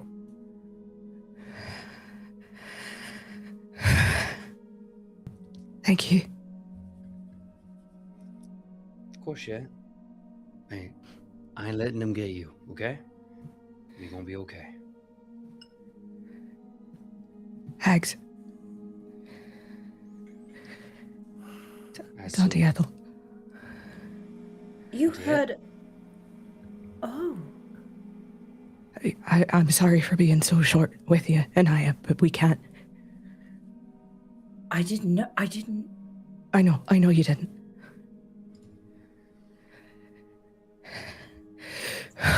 Anaya's going to take off the amulet that she has on. And will look at Leo. And out loud say, I keep having information that if I could give to you, it could help us and save us trouble. I'm gonna keep my hands to myself in here, but if you could speak to me and I could speak back, I might be of more help than if I'm just in a box by myself.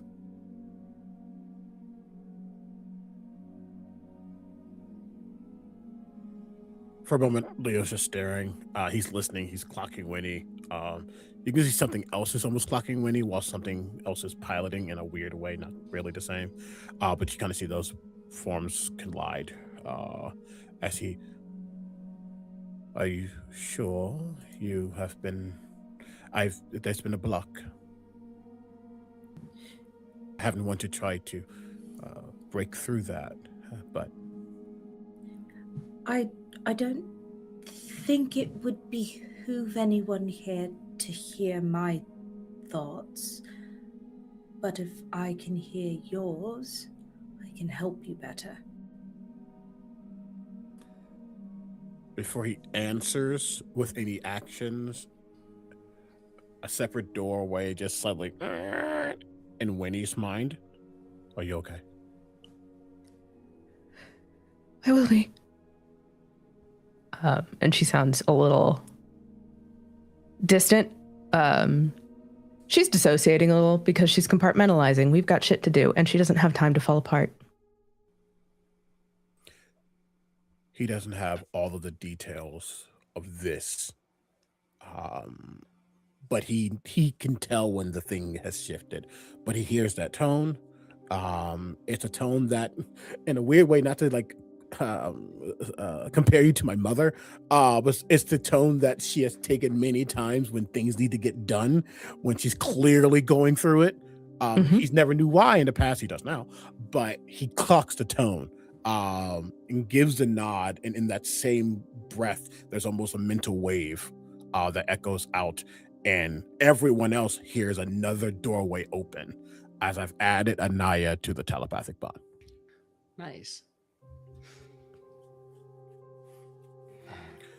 Hello. Also, someone's coming. Is in everybody's mind as the first thought. Welcome to the group chat. Except for Udazash.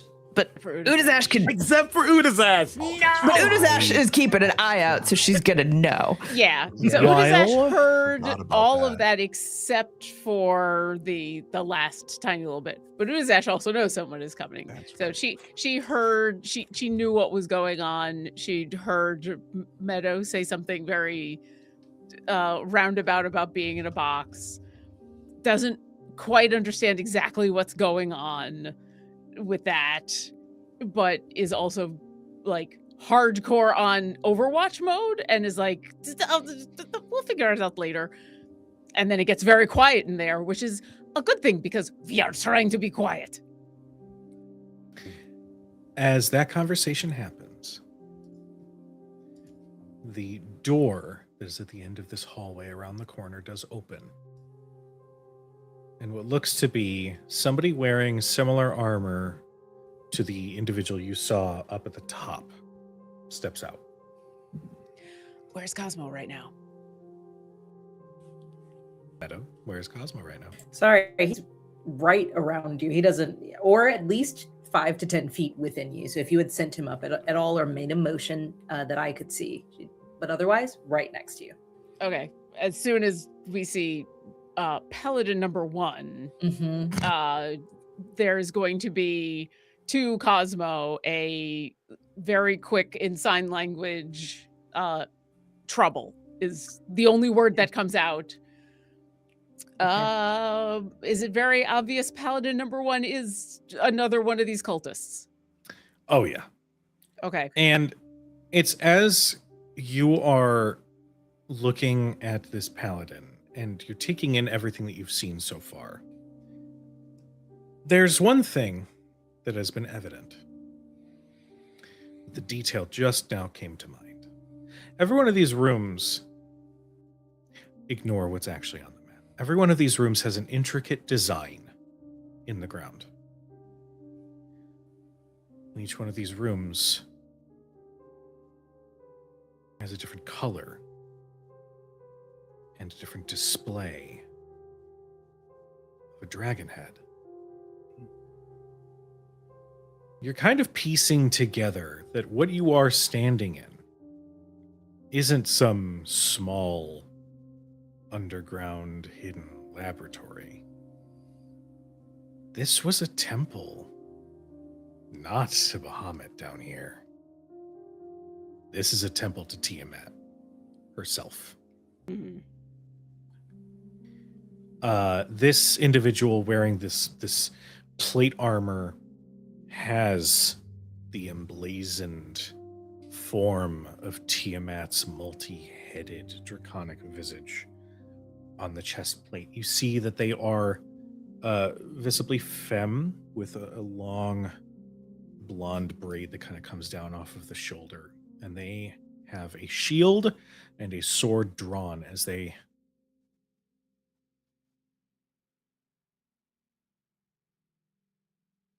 going to make a roll. While that is Udazash? happening, Okay. because Cosmo, Udazash gave the signal, and now that I'm in the mental link without saying anything out loud, I relay exactly what Cosmo is seeing and that Zash said trouble to accompany that. And I'm trying to make sure no uncomfortable background sounds come through into the link. Make me a wisdom saving throw. Dang it! Darn it! Shoot! If only it was the first time he looks at Marcus. Beans. I was gonna say we've been dealing with that for a bit now. If only. Nope. Okay. So, Oh, boy. Meadow, I'm going to send you Dang it! Hey, you're not doing anything wrong. You're just messing up correctly to get the fun stuff. Right. That's all. Right. Listen, if I had a nickel for any time we had some sort of extraplanar entity bouncing around in any of our skulls, I'd have a handful of nickels at this point. I was just hoping this one would go okay because this was the first, like, hey guys, I'm trustworthy, I swear. In fairness, The you dice did- tell the story. We know and this. yeah, you did warn. So I did. And I swear. Meadow, I sent you a little message. Oh, how uneasy I feel. Okay, yes, you did. Understood. Okay, then what you hear. All right, a paladin has just entered. Should be easy enough to completely sever their head off the neck. They're not wearing a helmet at all. There is a plate of Tiamat, but I do see 3 weak points. If you can get an actual blade in through the side, right there into the heart, wedge it between the ribs, I think the splatter. Oh, I'm so sorry. Let's not talk about art. Would we like to make a formation? And she'll try and reel it in, please, God. I'm sorry. Let's not talk about art. What? Screaming. I love it so much. I'm so Dexter. unhappy that Udazash can't hear any of this. I'm This is- so unhappy right now. This is like what if Dexter and his dark passenger were BFFs?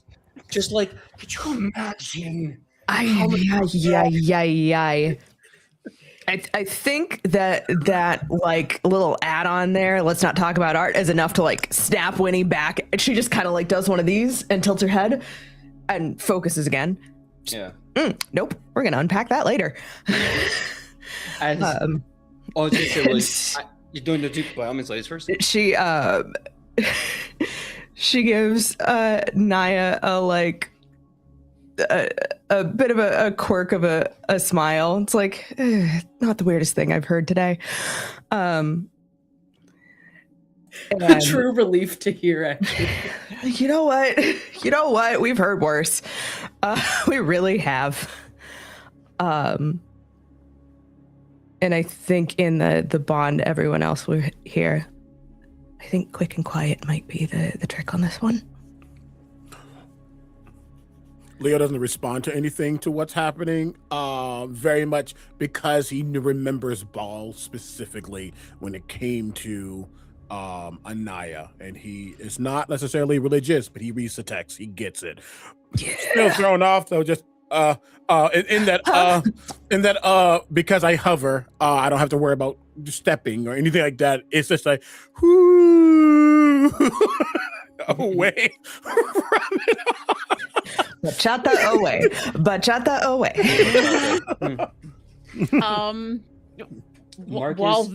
Marcus is going to begin, because if I'm not at the front lines, I'm going to waste a turn getting there. So he's going to walk over to just behind Udazash. But on the way, as he's passing Winnie, he's going to gently scoop up her hand and give it just a nice soft kiss, and then look her in the eye with a knowing look. He knows what your face looks like over breakfast. He knows what your face looks like over drinks. And he knows what your face looks like when the hags are calling you. He's seen it at least once or twice, if not in your dreams, then in your days. And he gives you a knowing look, kind of squeezes the hand a few times, and then just walks right next to Leopold, crack, and then squares up and hunches down, because he's like, I know I'm just a walking pot and pans machine, but I can at least hunker down. And with that, I am ready for war. By all means, Udazash, please lead us into combat. So my question was going to be, this paladin came through a door to get in here. Mhm. Is the door still open when they came on in, or did it close?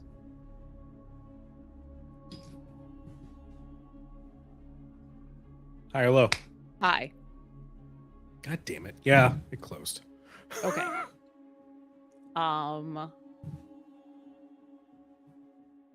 Do they see me? Well, give me a stealth check. Okay. And I will let you know. And yes, Come on, I'm come on, aware 42. your Come on, pass without a 42. trace is still up. Come on, 42. 42. No, but it is a 33. Oh, that's Well, all. he does see. No, fucking no. I actually rolled really bad, but yeah. Okay. He I actually rolled really bad. She says on a 33. I did. I rolled. That was on an 8. So That's fucking bananas. yeah. Bananas. I mean, thank the universe for bonuses. Okay, he Oh does my not God. see me. Where does he get to before Marcus and Leo get up to me? I'm gonna say that they are going to make it up to about here, and it is going to be they. Just for Good to know. Okay.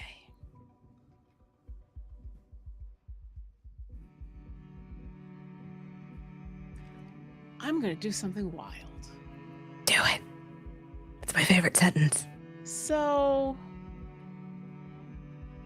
I've been failing all these rolls recently, and so I have 4 luck points. you do. I would like to use 3 luck points.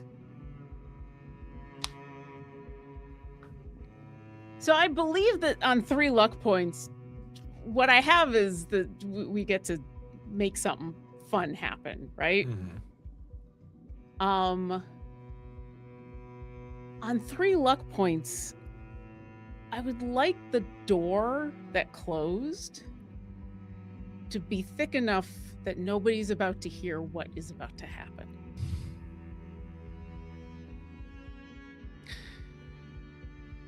The door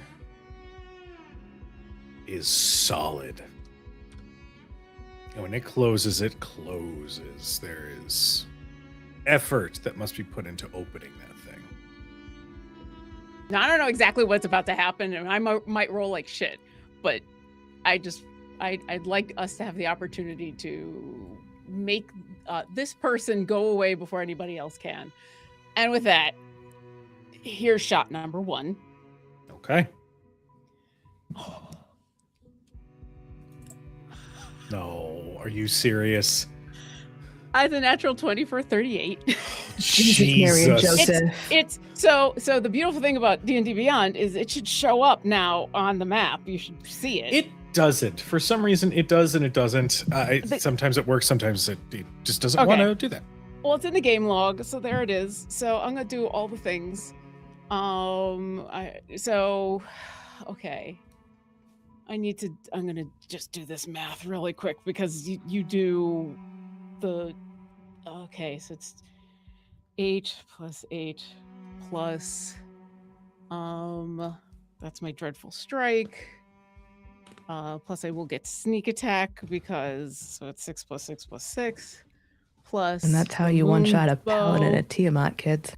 Plus I'm gonna get my Leo bonus because they're right there. I didn't Hunter's Mark. Okay, so 6 plus 6 plus 8 plus. Okay, so we're gonna start with a base of 54. Jesus, criminy. Cool. Just a casual.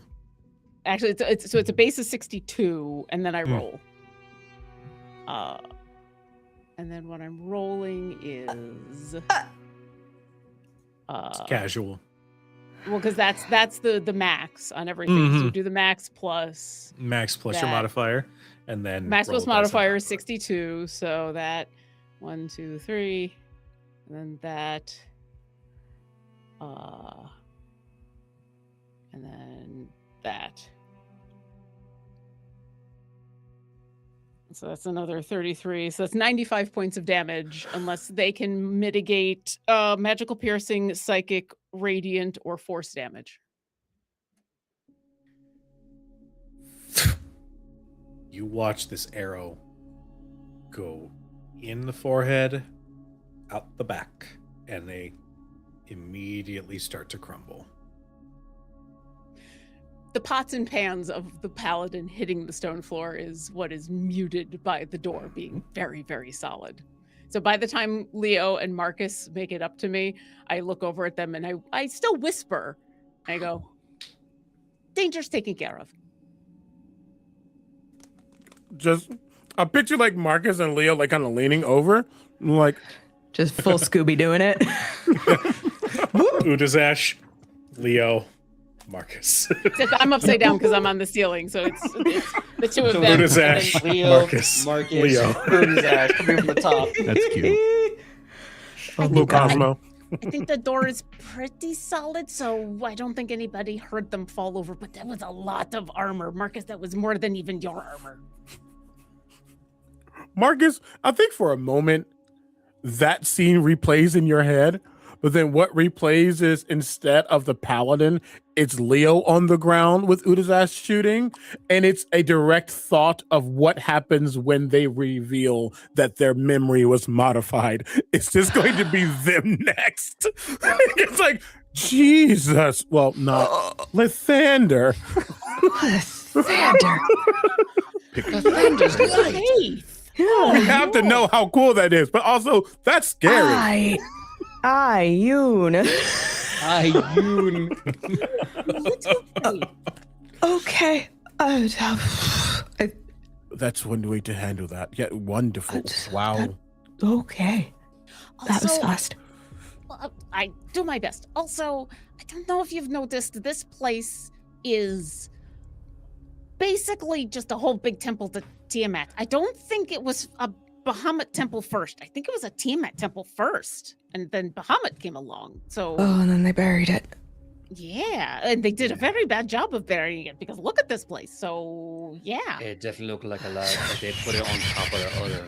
Question, really quickly, as a Baldurian, as they call us, as a Baldurian from the noble families who has access to timed books, things of like history of the town itself, has there been any notation of a temple of Tiamat? So this is old. This predates the city of Baldur's Gate. I think Casual. my father-in-law, well, not yet. I think the Duke. Oh, will sorry, want is your to mother know- marrying? Not yet. to crush that hand. I'm gonna blast that thing off of Marcus's hand. I swear to God. Anaya's I've taken off delighted. Winston. Winston's going in the pocket. Winston, you're done. You I got love- no drinks. Go home. I love playing a thing that speaks at the literal worst times. It is my favorite thing. Why you I gotta think- call me? Why you gotta call me out, Cujo? Come on. I think what happens is we hear Winston's voice. I want to say everyone turns to look at Marcus, and when he just holds out the bag of holding. No, you were right. You were right. I need to kind of get it to you. In the bag. Winston is in the bag until he can learn how to act right. Oh, what are we doing at home? Oh, the minute he gets it back, I'm like, you take that lesson, you think about talking when you ain't supposed to. Learn when to talk. Oh, Okay. Basu is anyway. 10% noticeably chipper. Oh, buddy.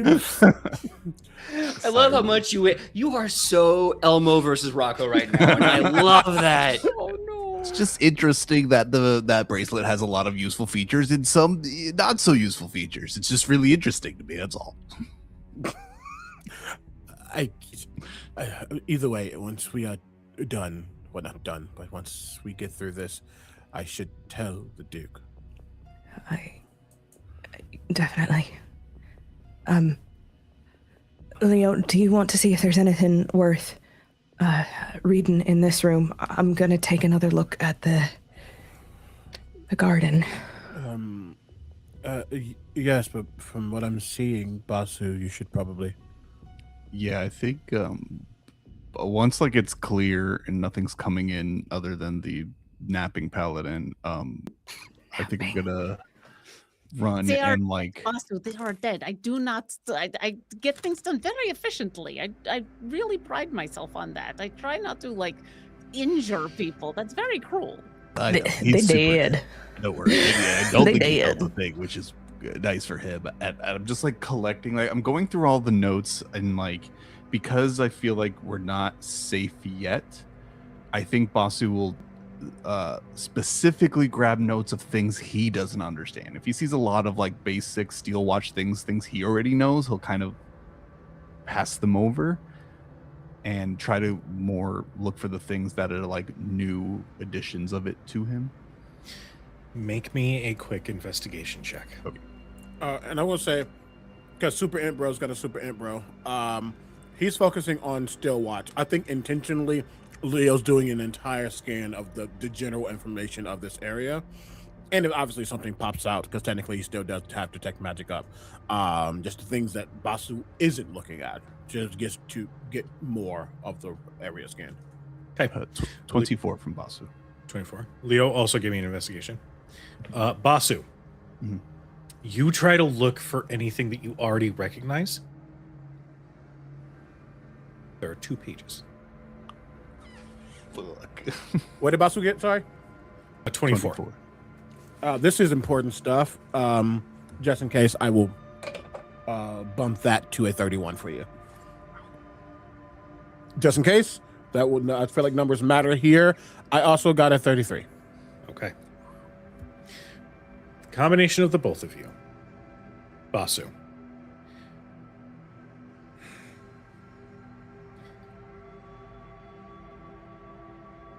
There are schematics for not a single digit amount of different kinds of Infernal Watch. Some of these designs stick with the very noticeable base design of the Steel Watch. But it's clear that somebody was inspired. And so there are many that have a very much different approach with the same idea.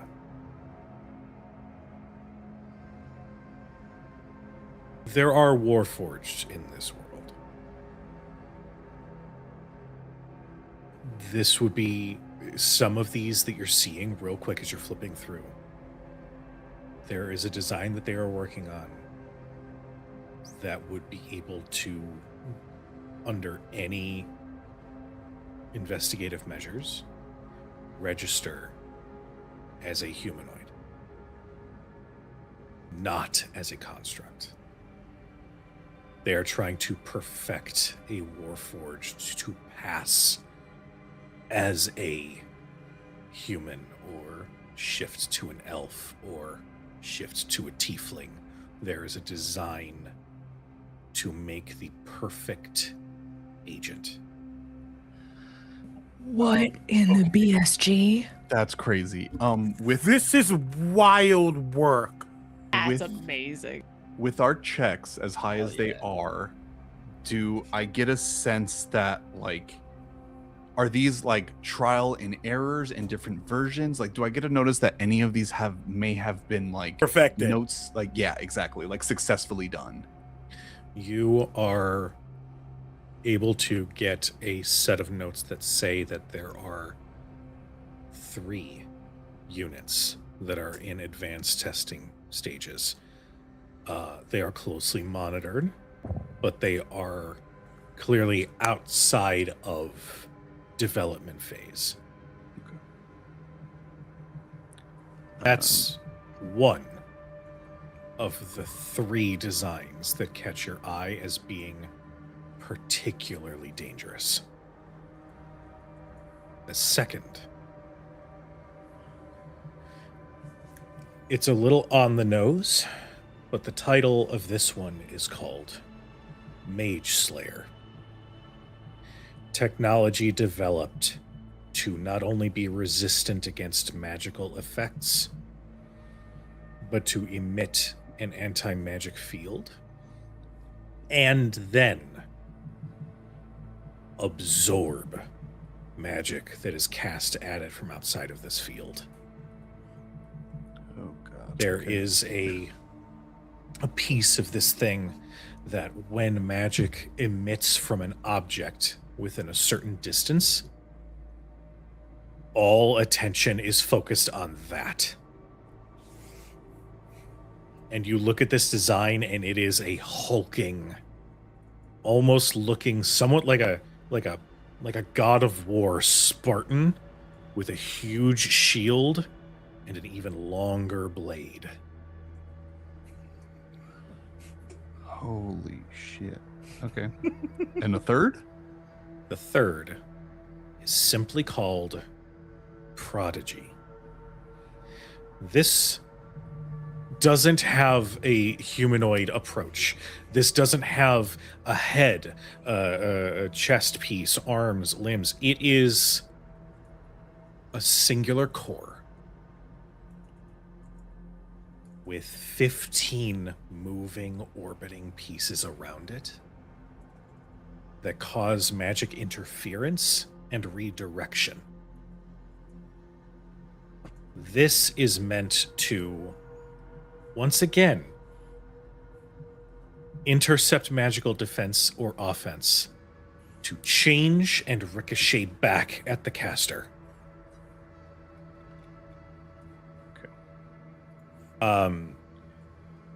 The testing notes that you're seeing is that this thing floats. It does not have to remain on the ground by any means. It has its own anti-gravity core that enables it to float and fly. And with your check being as high as it was, you see two sets of handwriting. One is visibly more refined and very pretty and flowery. With your check, I will just give it to you. This is a noble writing this. The other is distinctly not that. And this writing style is the majority of what you're seeing. And it brings you back to when the Steel Watch was being designed.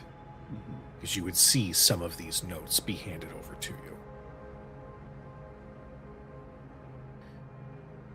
That ties in with what Leo finds. Hi, Folk and Myth. Thank you guys for the raid. Leo, as you are paying attention to everything else, you see a couple of things that strike you as odd. Everything that you know up until this point was that somebody is being held here as a captive. The bed is rather plush. There are plates and goblets nearby. This room is kept rather sparse. You didn't notice any traps, no security measures. This is surprising. With your 33, it is a choice for this room to not have as much security measures in here. Now, let me just ask this question. Because in that one book, The Pretty and the Primal, the Pretty was also in a very magical but ornate setting that wasn't necessarily trapped, but she was very much still trapped. Mm-hmm. Is this that, or is this intentional? Is this a level of no issues whatsoever? Because you can be, if you're stuck in a situation, you got to make the most out of it, even if it is lush and pretty and the like, just to be fully sure that this person is doing this with their own, faculties and the like. I will answer that with a note for the both of you. Basu, you are sifting through, and you see a journal. And it reads, "His mind is incredible. The ability to see outside of what we understand to be magic. He is truly a man of his time. I find myself inspired as we sit and brainstorm together. Roderick truly is somebody that I aspire to study under as I apply his lessons to my next designs.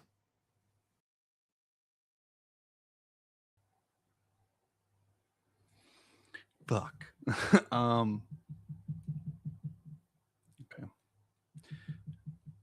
I have one last question. Yeah.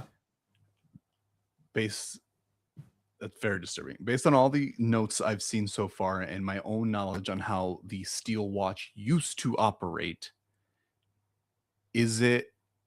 are they at all using either like tadpole technology, psionic technology, and any kind of this magic seem to be related to what I know Leo can do? Or is it pivoted strictly more arcane because of working with Broderick? The design here is distinctly arcane. Okay. Actually, no, that's not right. Let me rephrase that. The design for the Mage Slayer and the Warforged are arcane. The Prodigy, that one definitely has some psionic influence. Really hoping you wouldn't say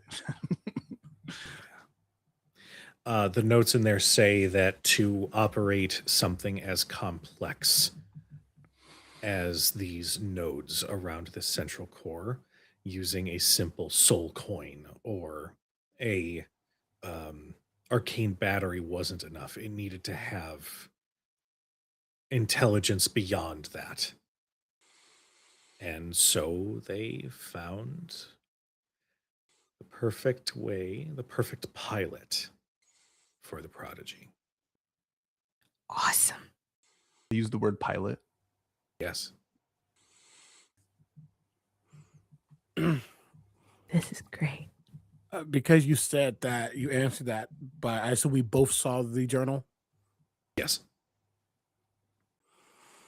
That journal, when that name is specifically seen, is dragged directly in front of Leo.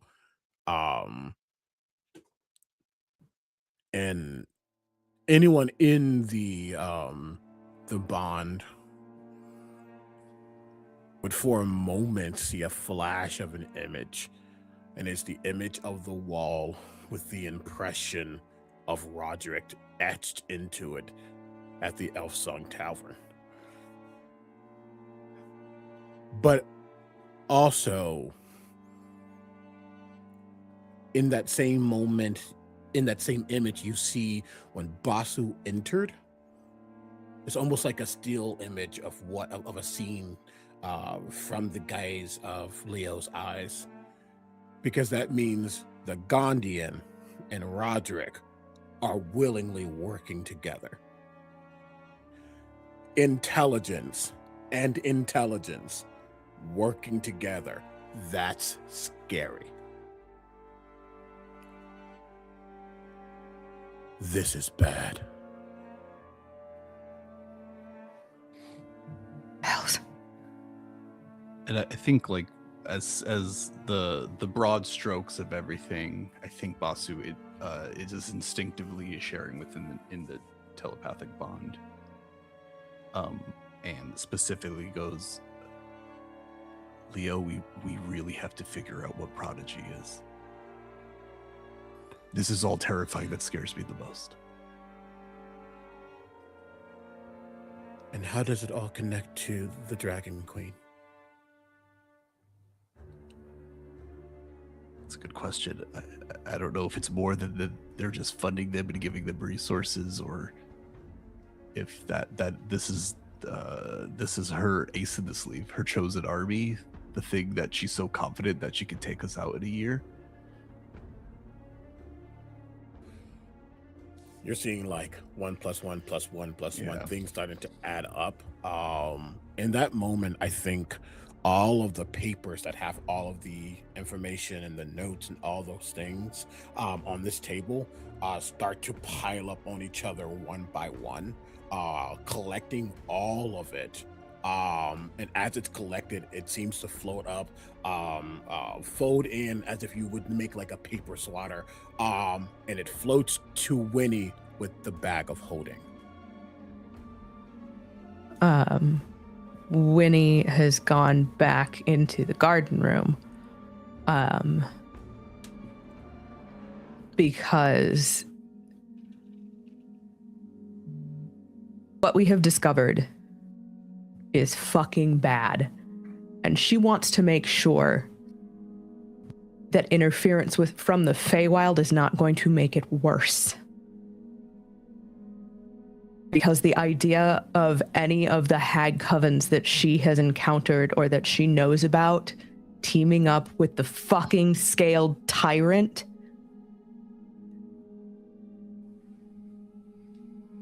honestly, she sees those papers coming, and Leo, you hear the door on her side of the telepathic bond click shut for a moment.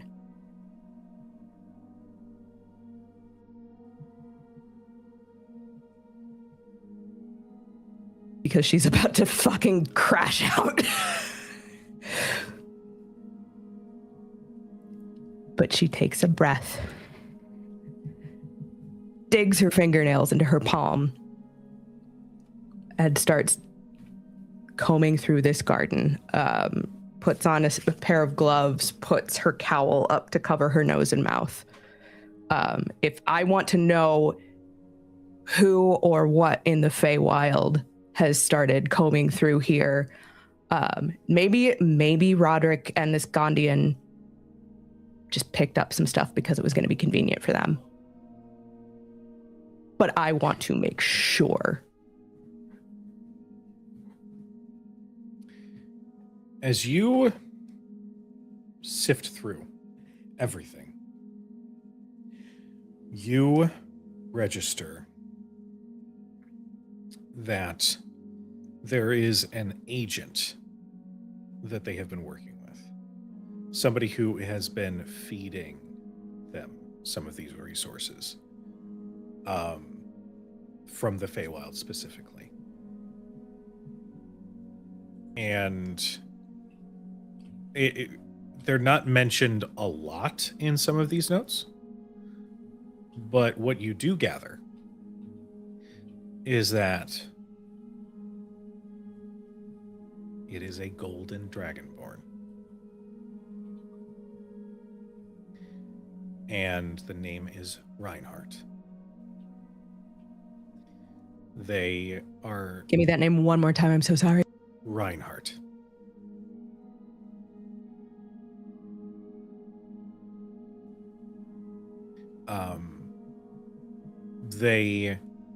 The last time they had been sought out, or rather, the last time that communication had happened was with the delivery of the Blossom Root, which was 6 months ago.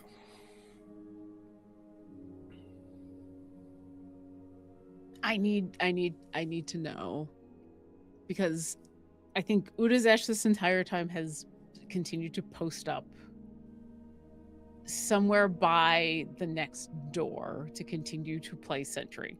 So she's seen books getting moved. She's seen papers being floated. She's seen Winifred go back to go look at the plans, but she's heard nothing because everybody's in the telepathic bond. At any point, does anybody tell her anything?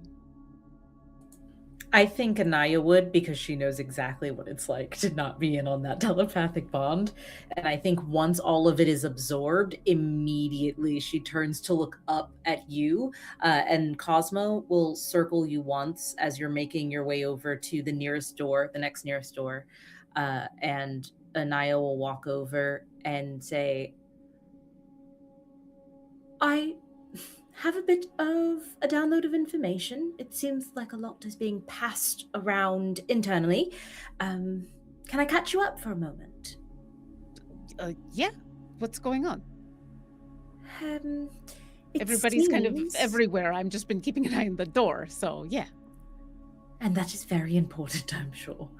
I don't know how much of a help I'll be, but it seems that the Gondian we were looking for might be actively, voluntarily. Well, there are these 3 death bots of various deaths. There's a hag named Aunt Ethel who is the trying worst. to. Oh, yes. Well, they usually are, but trying Yes. to worm her way into, I think, first my head and then Winnie's. And that didn't happen, thank goodness. But it seems that Roderick is also involved with this. Here, there's a lot of intersecting.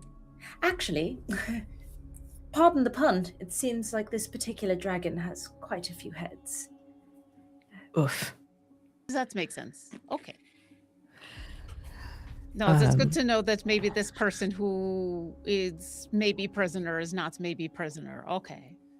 And then Winnie isn't there doing plant stuff?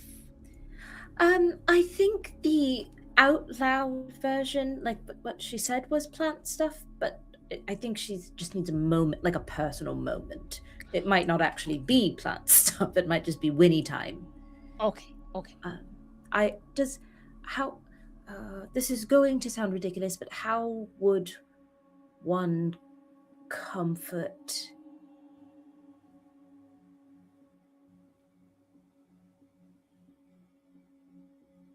Oh, that was the end of that sentence. Okay, I thought you were going to ask us specific. No, that was it. I haven't done it before, and Winnie has been such a comfort to me, and I would like to try, but I don't want to make it worse. I am the wrong person to ask. I don't know. So here's the thing. What You're I one of learned, the most comforting presences I've found so far. That's very nice of you to say. I think everybody does it in their own way, and everybody likes to have it done to them in their own way, if that makes sense. I feel you be as direct as possible with everything. And so it is good to just ask, and sometimes it's good to just be there. But some people like hugs, and some people like silence, and some people like good words, and some people are very good at words. I am not always good at words. So there are options. So many. And I will actually peruse those options and perhaps try one of them out when we've escaped this death cave. Well, I will say, you are very good at art. So Thank you. Maybe not now. Maybe art later? Art later to comfort. Yes. But in situations like this right now, oftentimes speed is good. So just saying, hey, are you okay? And then some people will lie and say that they are, but then they know that you care, and that is good. And then some people will tell you the truth and say, no, I am not. But we can't do anything about that right now. And Indeed. And then knowing that you care. So sometimes just knowing is a good comfort. I will try. Then you will succeed. Question, DM. I think, by going over this research while linking with Leo's mind, noticing the bed, has the bed seemed made, or does it seem used? It looks made. Like clean? Mhm.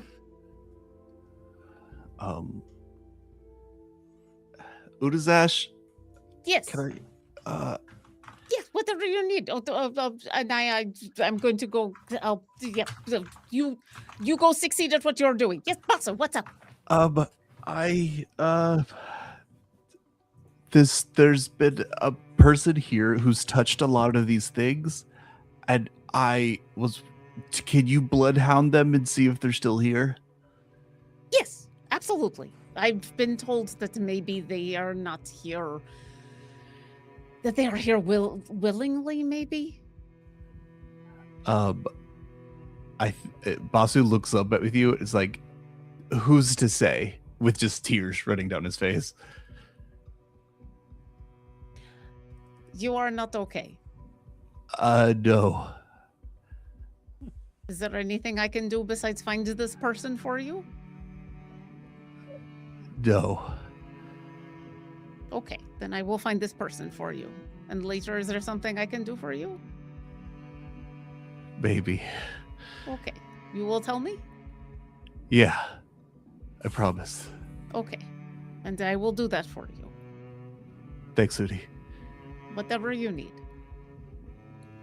And I think he just sits down on the bed and looks at all these notes and just unfortunately is like torturing himself and witnessing all of these ways someone with a mind as brilliant as his has designed to hurt people again, and just kind of settling with that, especially thinking he was coming here to rescue this person from a torture he went through. And I don't think it had occurred to him really that it could possibly be like this, what he's witnessing and the evidence we've all put together. And he's kind of just slowly sitting with that, knowing that he's asked the people around him with skills better than him to do something about it. And he just sits there. And Uzash is going to stand there for a moment, thinking about how bad she is at comforting people and wishing she was better at it, and knowing that she's done what she can.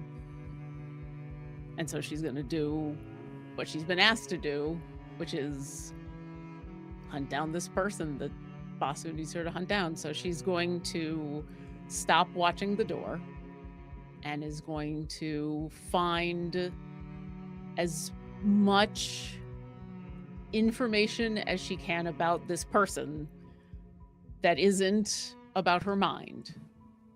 What does she smell like? What does she look like?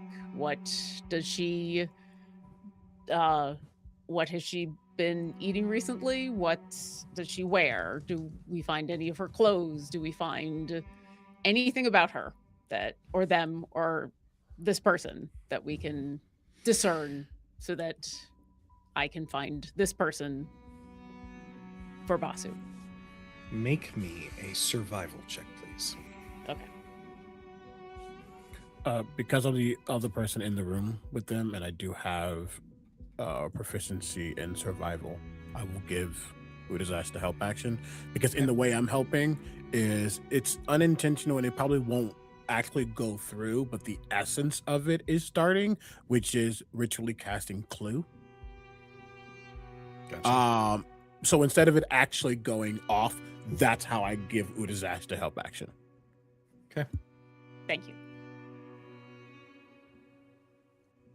That is 22. Okay. With a 22, you very quickly come to the conclusion that you are essentially investigating somebody's domicile. You are seeing that they enjoy grapes. You see some of those little vines kept off to the side in a dish that has yet to be cleaned. You see that this individual is of shorter stature. The table is lower, proving the halfling connection.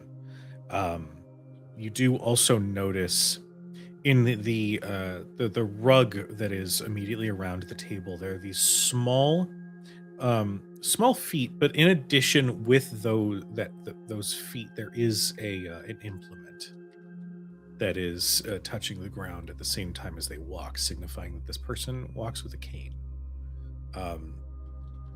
You can see that some of the sort of like everyday bits, the small wash basin that's off to the side, the moisture along the edge is still reasonably fresh, meaning that they could very well be down here somewhere.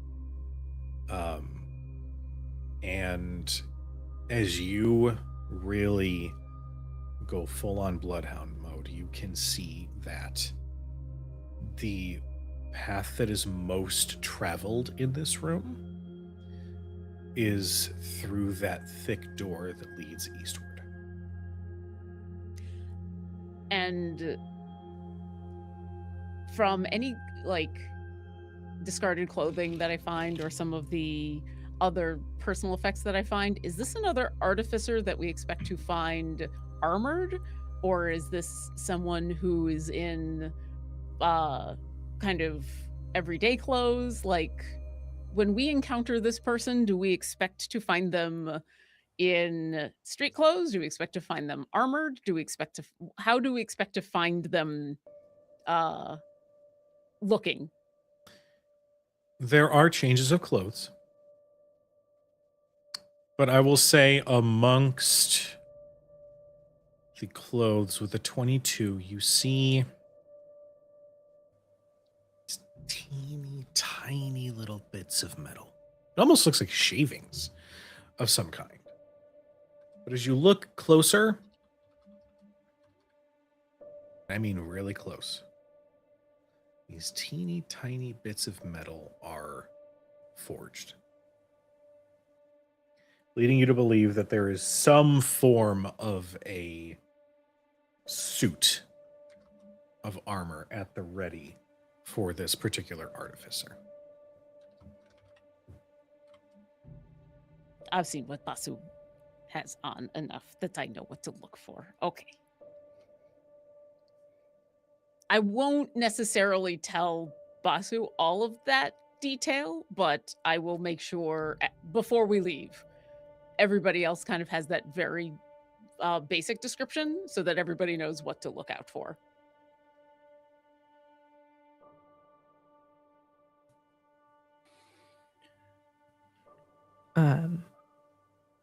DM, is there anything else in the garden room that would add further to the information? Anything about Reinhardt? Again, anything regarding the covens? Or is that knife from Ethel, is that just happenstance? Is that something that Reinhardt might have gotten a hold of? Make me an investigation check.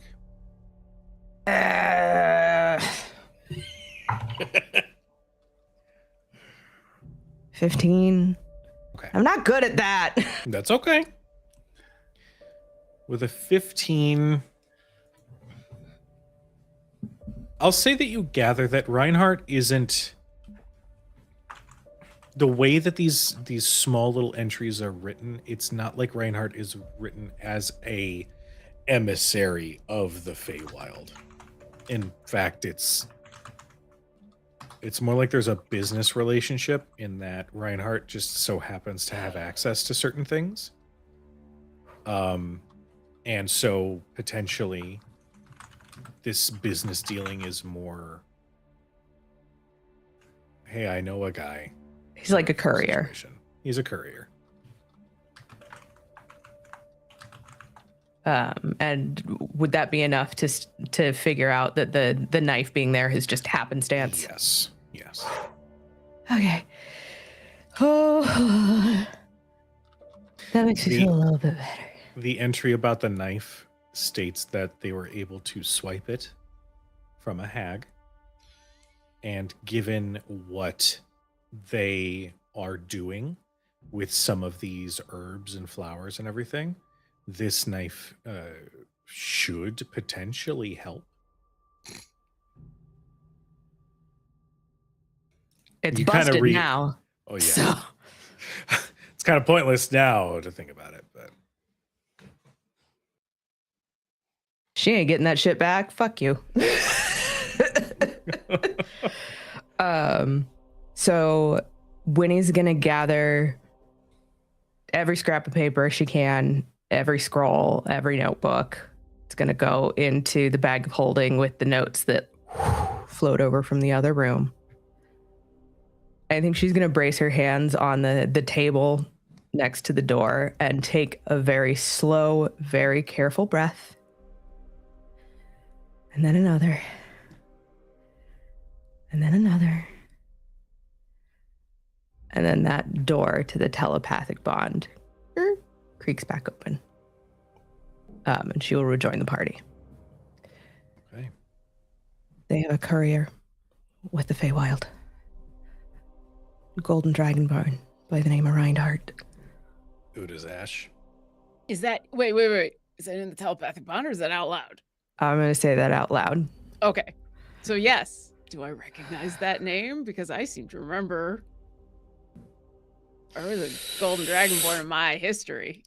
You suddenly feel like the image of that dragonborn, like you know that they were golden scaled, but the details of them were always just a little hair's breadth away.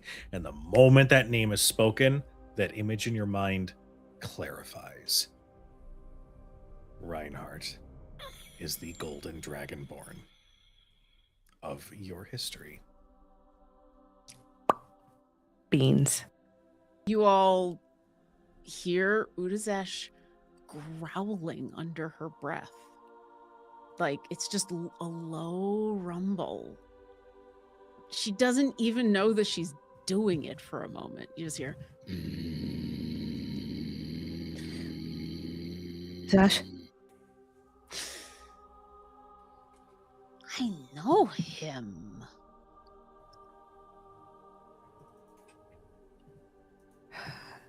I know that one. If it helps. They're not, from what I could gather, it's not, they're not working together the same way these two are. It's more of a business transaction. He's a courier. Grabs them what they need when they need it.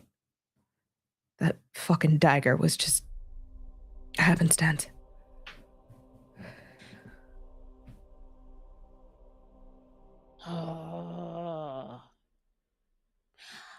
I never liked him. And we fought many times. And he is an asshole, but the thought of him actually working for Tiamat does feel wrong. I do wonder if he knows. It seems to be more that it's a business contract. If they need something they can't get on this plane, Reinhardt is who they go to. I would love to see the look on his face if I was to tell him that he was selling stuff to the Dragon Queen. The embarrassment that he would have would have to come later. Oh. Let's add him to your list then. I will enjoy that moment very much. I think I know where we could find him, but we will have to go to maybe the Feywild. I know how we can get. I know people who can find him. This is for later, though. Yes, I am going to enjoy this very much. I hate to make it a private thing, but I think it just has to be. In this kind of speaking about this person and just seeing how all this stuff is interconnected, and what we just did outside, only Winnie gets, is this something that's going to potentially break down what I just set up?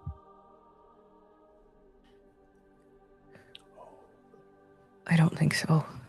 There's not a lot about them. It's just the name. There's a ledger of what he gathered and what they gave in return is not directly involved outside of supplies. I have to say,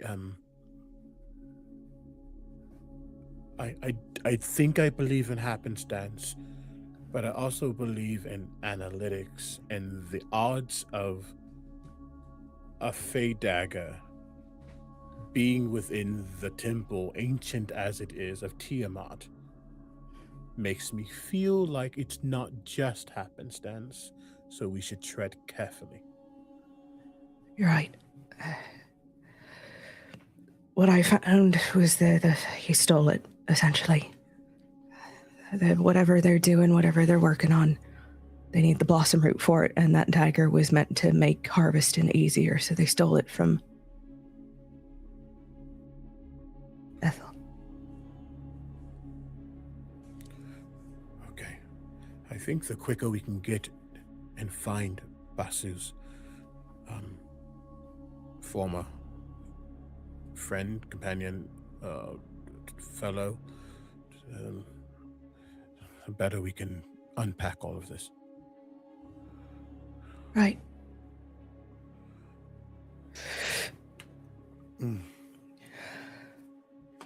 While that in the bond conversation was happening, Udazash has calmed down a little bit from her excitement over being able to pull one over on an old enemy, and has looked at everybody else and gone, Rub "But his that- nose in it.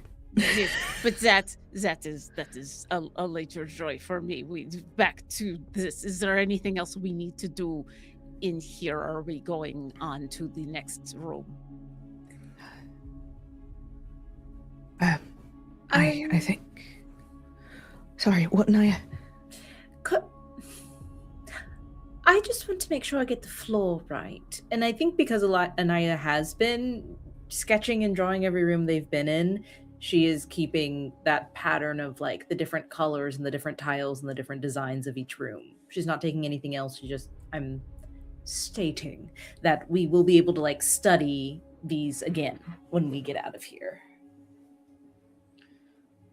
Marcus, before we move on, will walk over back to the hearth and just kind of look into it and say, I know I'm the dumbest knife in the drawer, me, but I think right here, this looks like a trap door.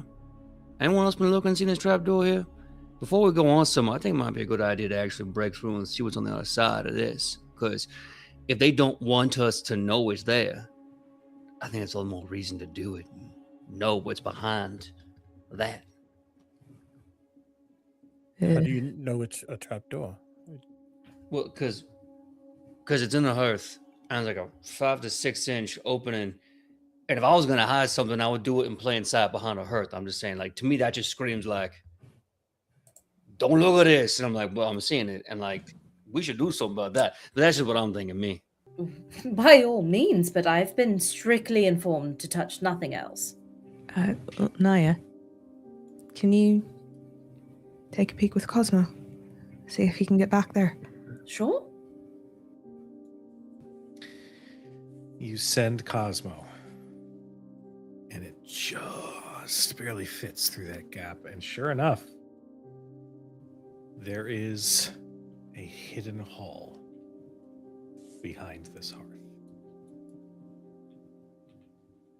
It is dusty. It is pitch black. But there is something back there.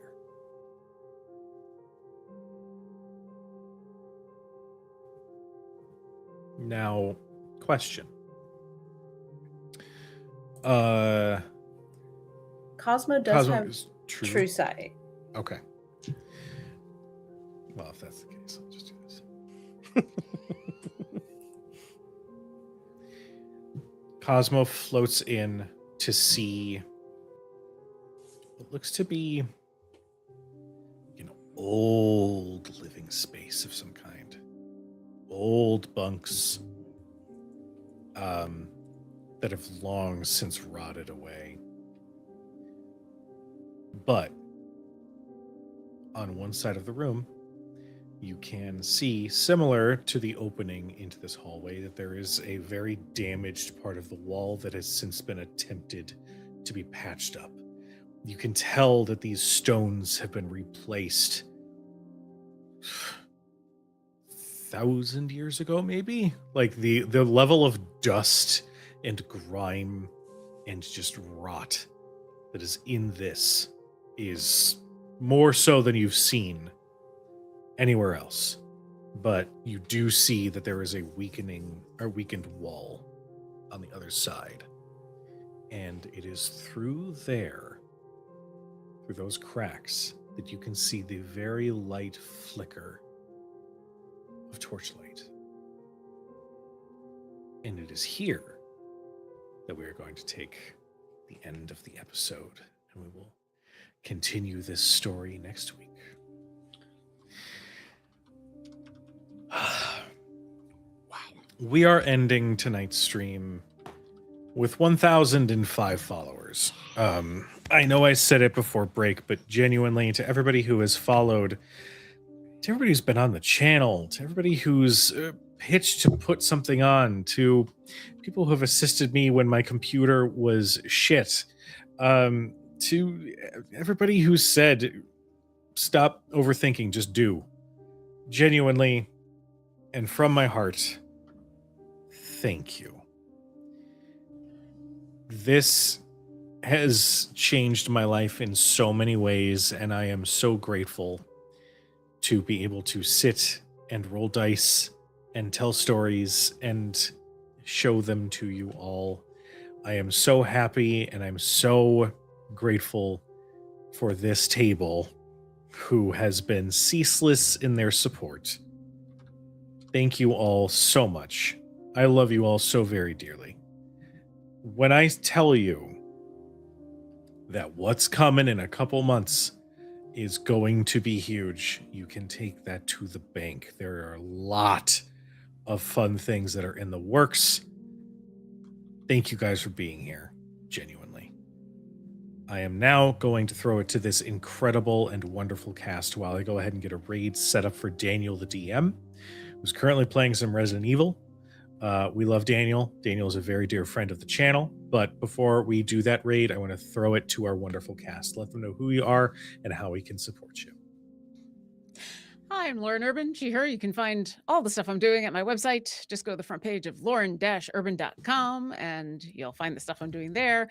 And tonight I have been Udazash, your Feywild Ranger / mastermind rogue who is still figuring out who she is, apparently. Hey everybody, my name is Omega Jones, also known as Cryptbard across all social media channels. This has been a wonderful night, Jesus Christ. Everybody should be very proud. I have been Leopold Guthmere, our resident Illithid telepath scion. All the mental stuff, and it's a fun little thing to play with. Howdy, I'm Meadow. I've been Meadow and will hopefully continue to be Meadow in the future. She, they pronouns. You can find me everywhere at Howdy Love Darlin or Howdy Love Darlin GM. I play Anaya Limlock, the bard, rogue, warlock problem.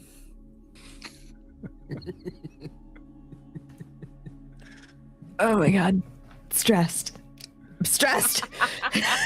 That's not a subclass. You don't get to be that subclass. No.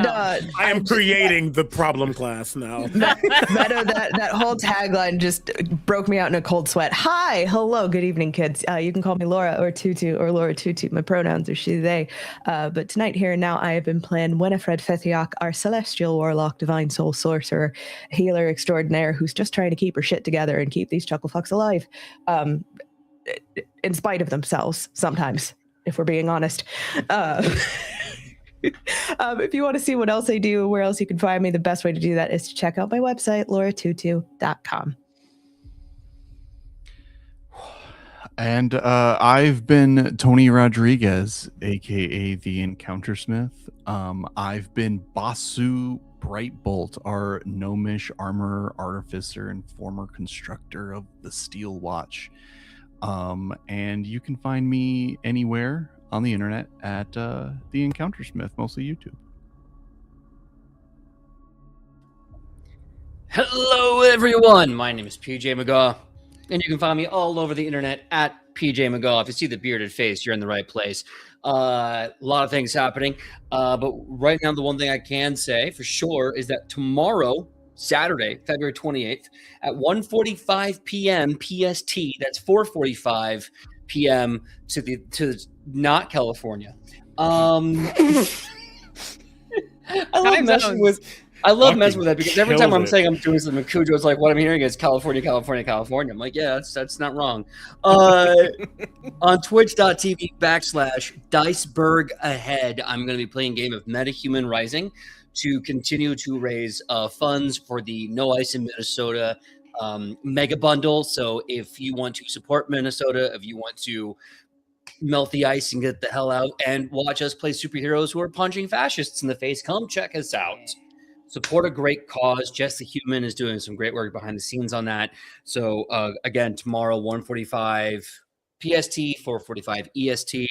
And I look forward to seeing you there for all the other crazy stuff that I'm doing. And it is a lot. Again, socials at pj.mcgaw. Thank you so much. And back to you, You Cujo. didn't even say who you're playing. Oh my God. It's Marcus Hill. We Oh, can't wait, end tomorrow or without the tonight? phrase. Tonight, Tonight. bud. Tell I tell was- us who you play in this game, my love. I was the red one. That doesn't. No. You gotta give us more than that. Come on. Marcus Hellhammer, as you all know and love him, the Tiefling Tattoos Pugilist. He and pronouns, and back to Cujo. And bunches of punches. I haven't bunched a punch in a long time. I believe you helped punch a dagger to destruction. Mm-hmm. Technically, I stepped the stad. That's different.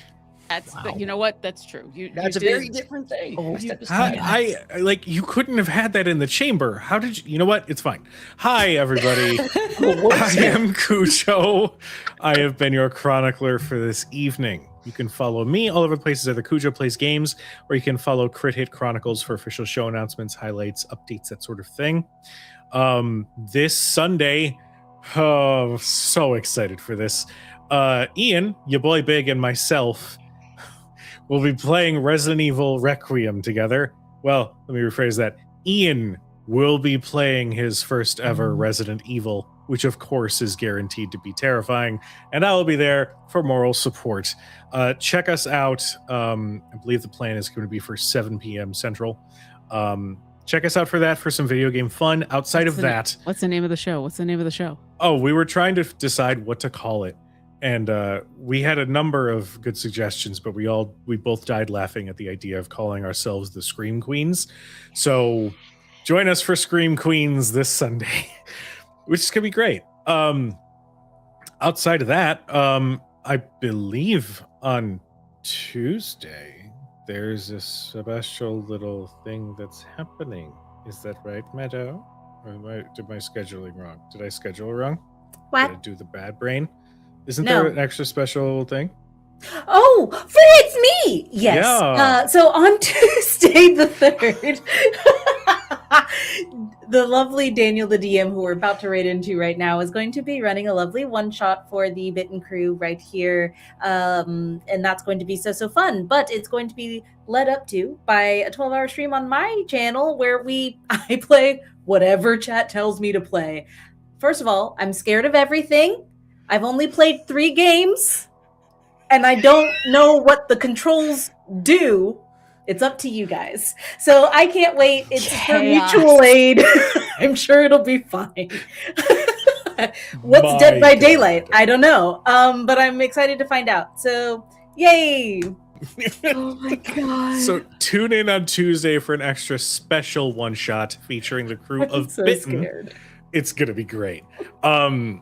The Bitten, by the way, is a Last of Us and Walking Dead inspired fantasy series where we play Daggerheart. You can check out all those episodes on YouTube over at Talking XP, or you can check out Darrington Press's YouTube channel where all of them are also there too.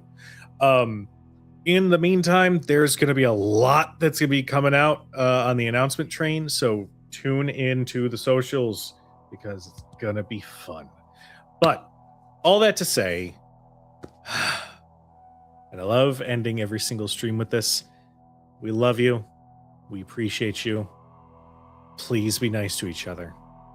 And we will see you guys next time. Good night, everybody. Goodbye.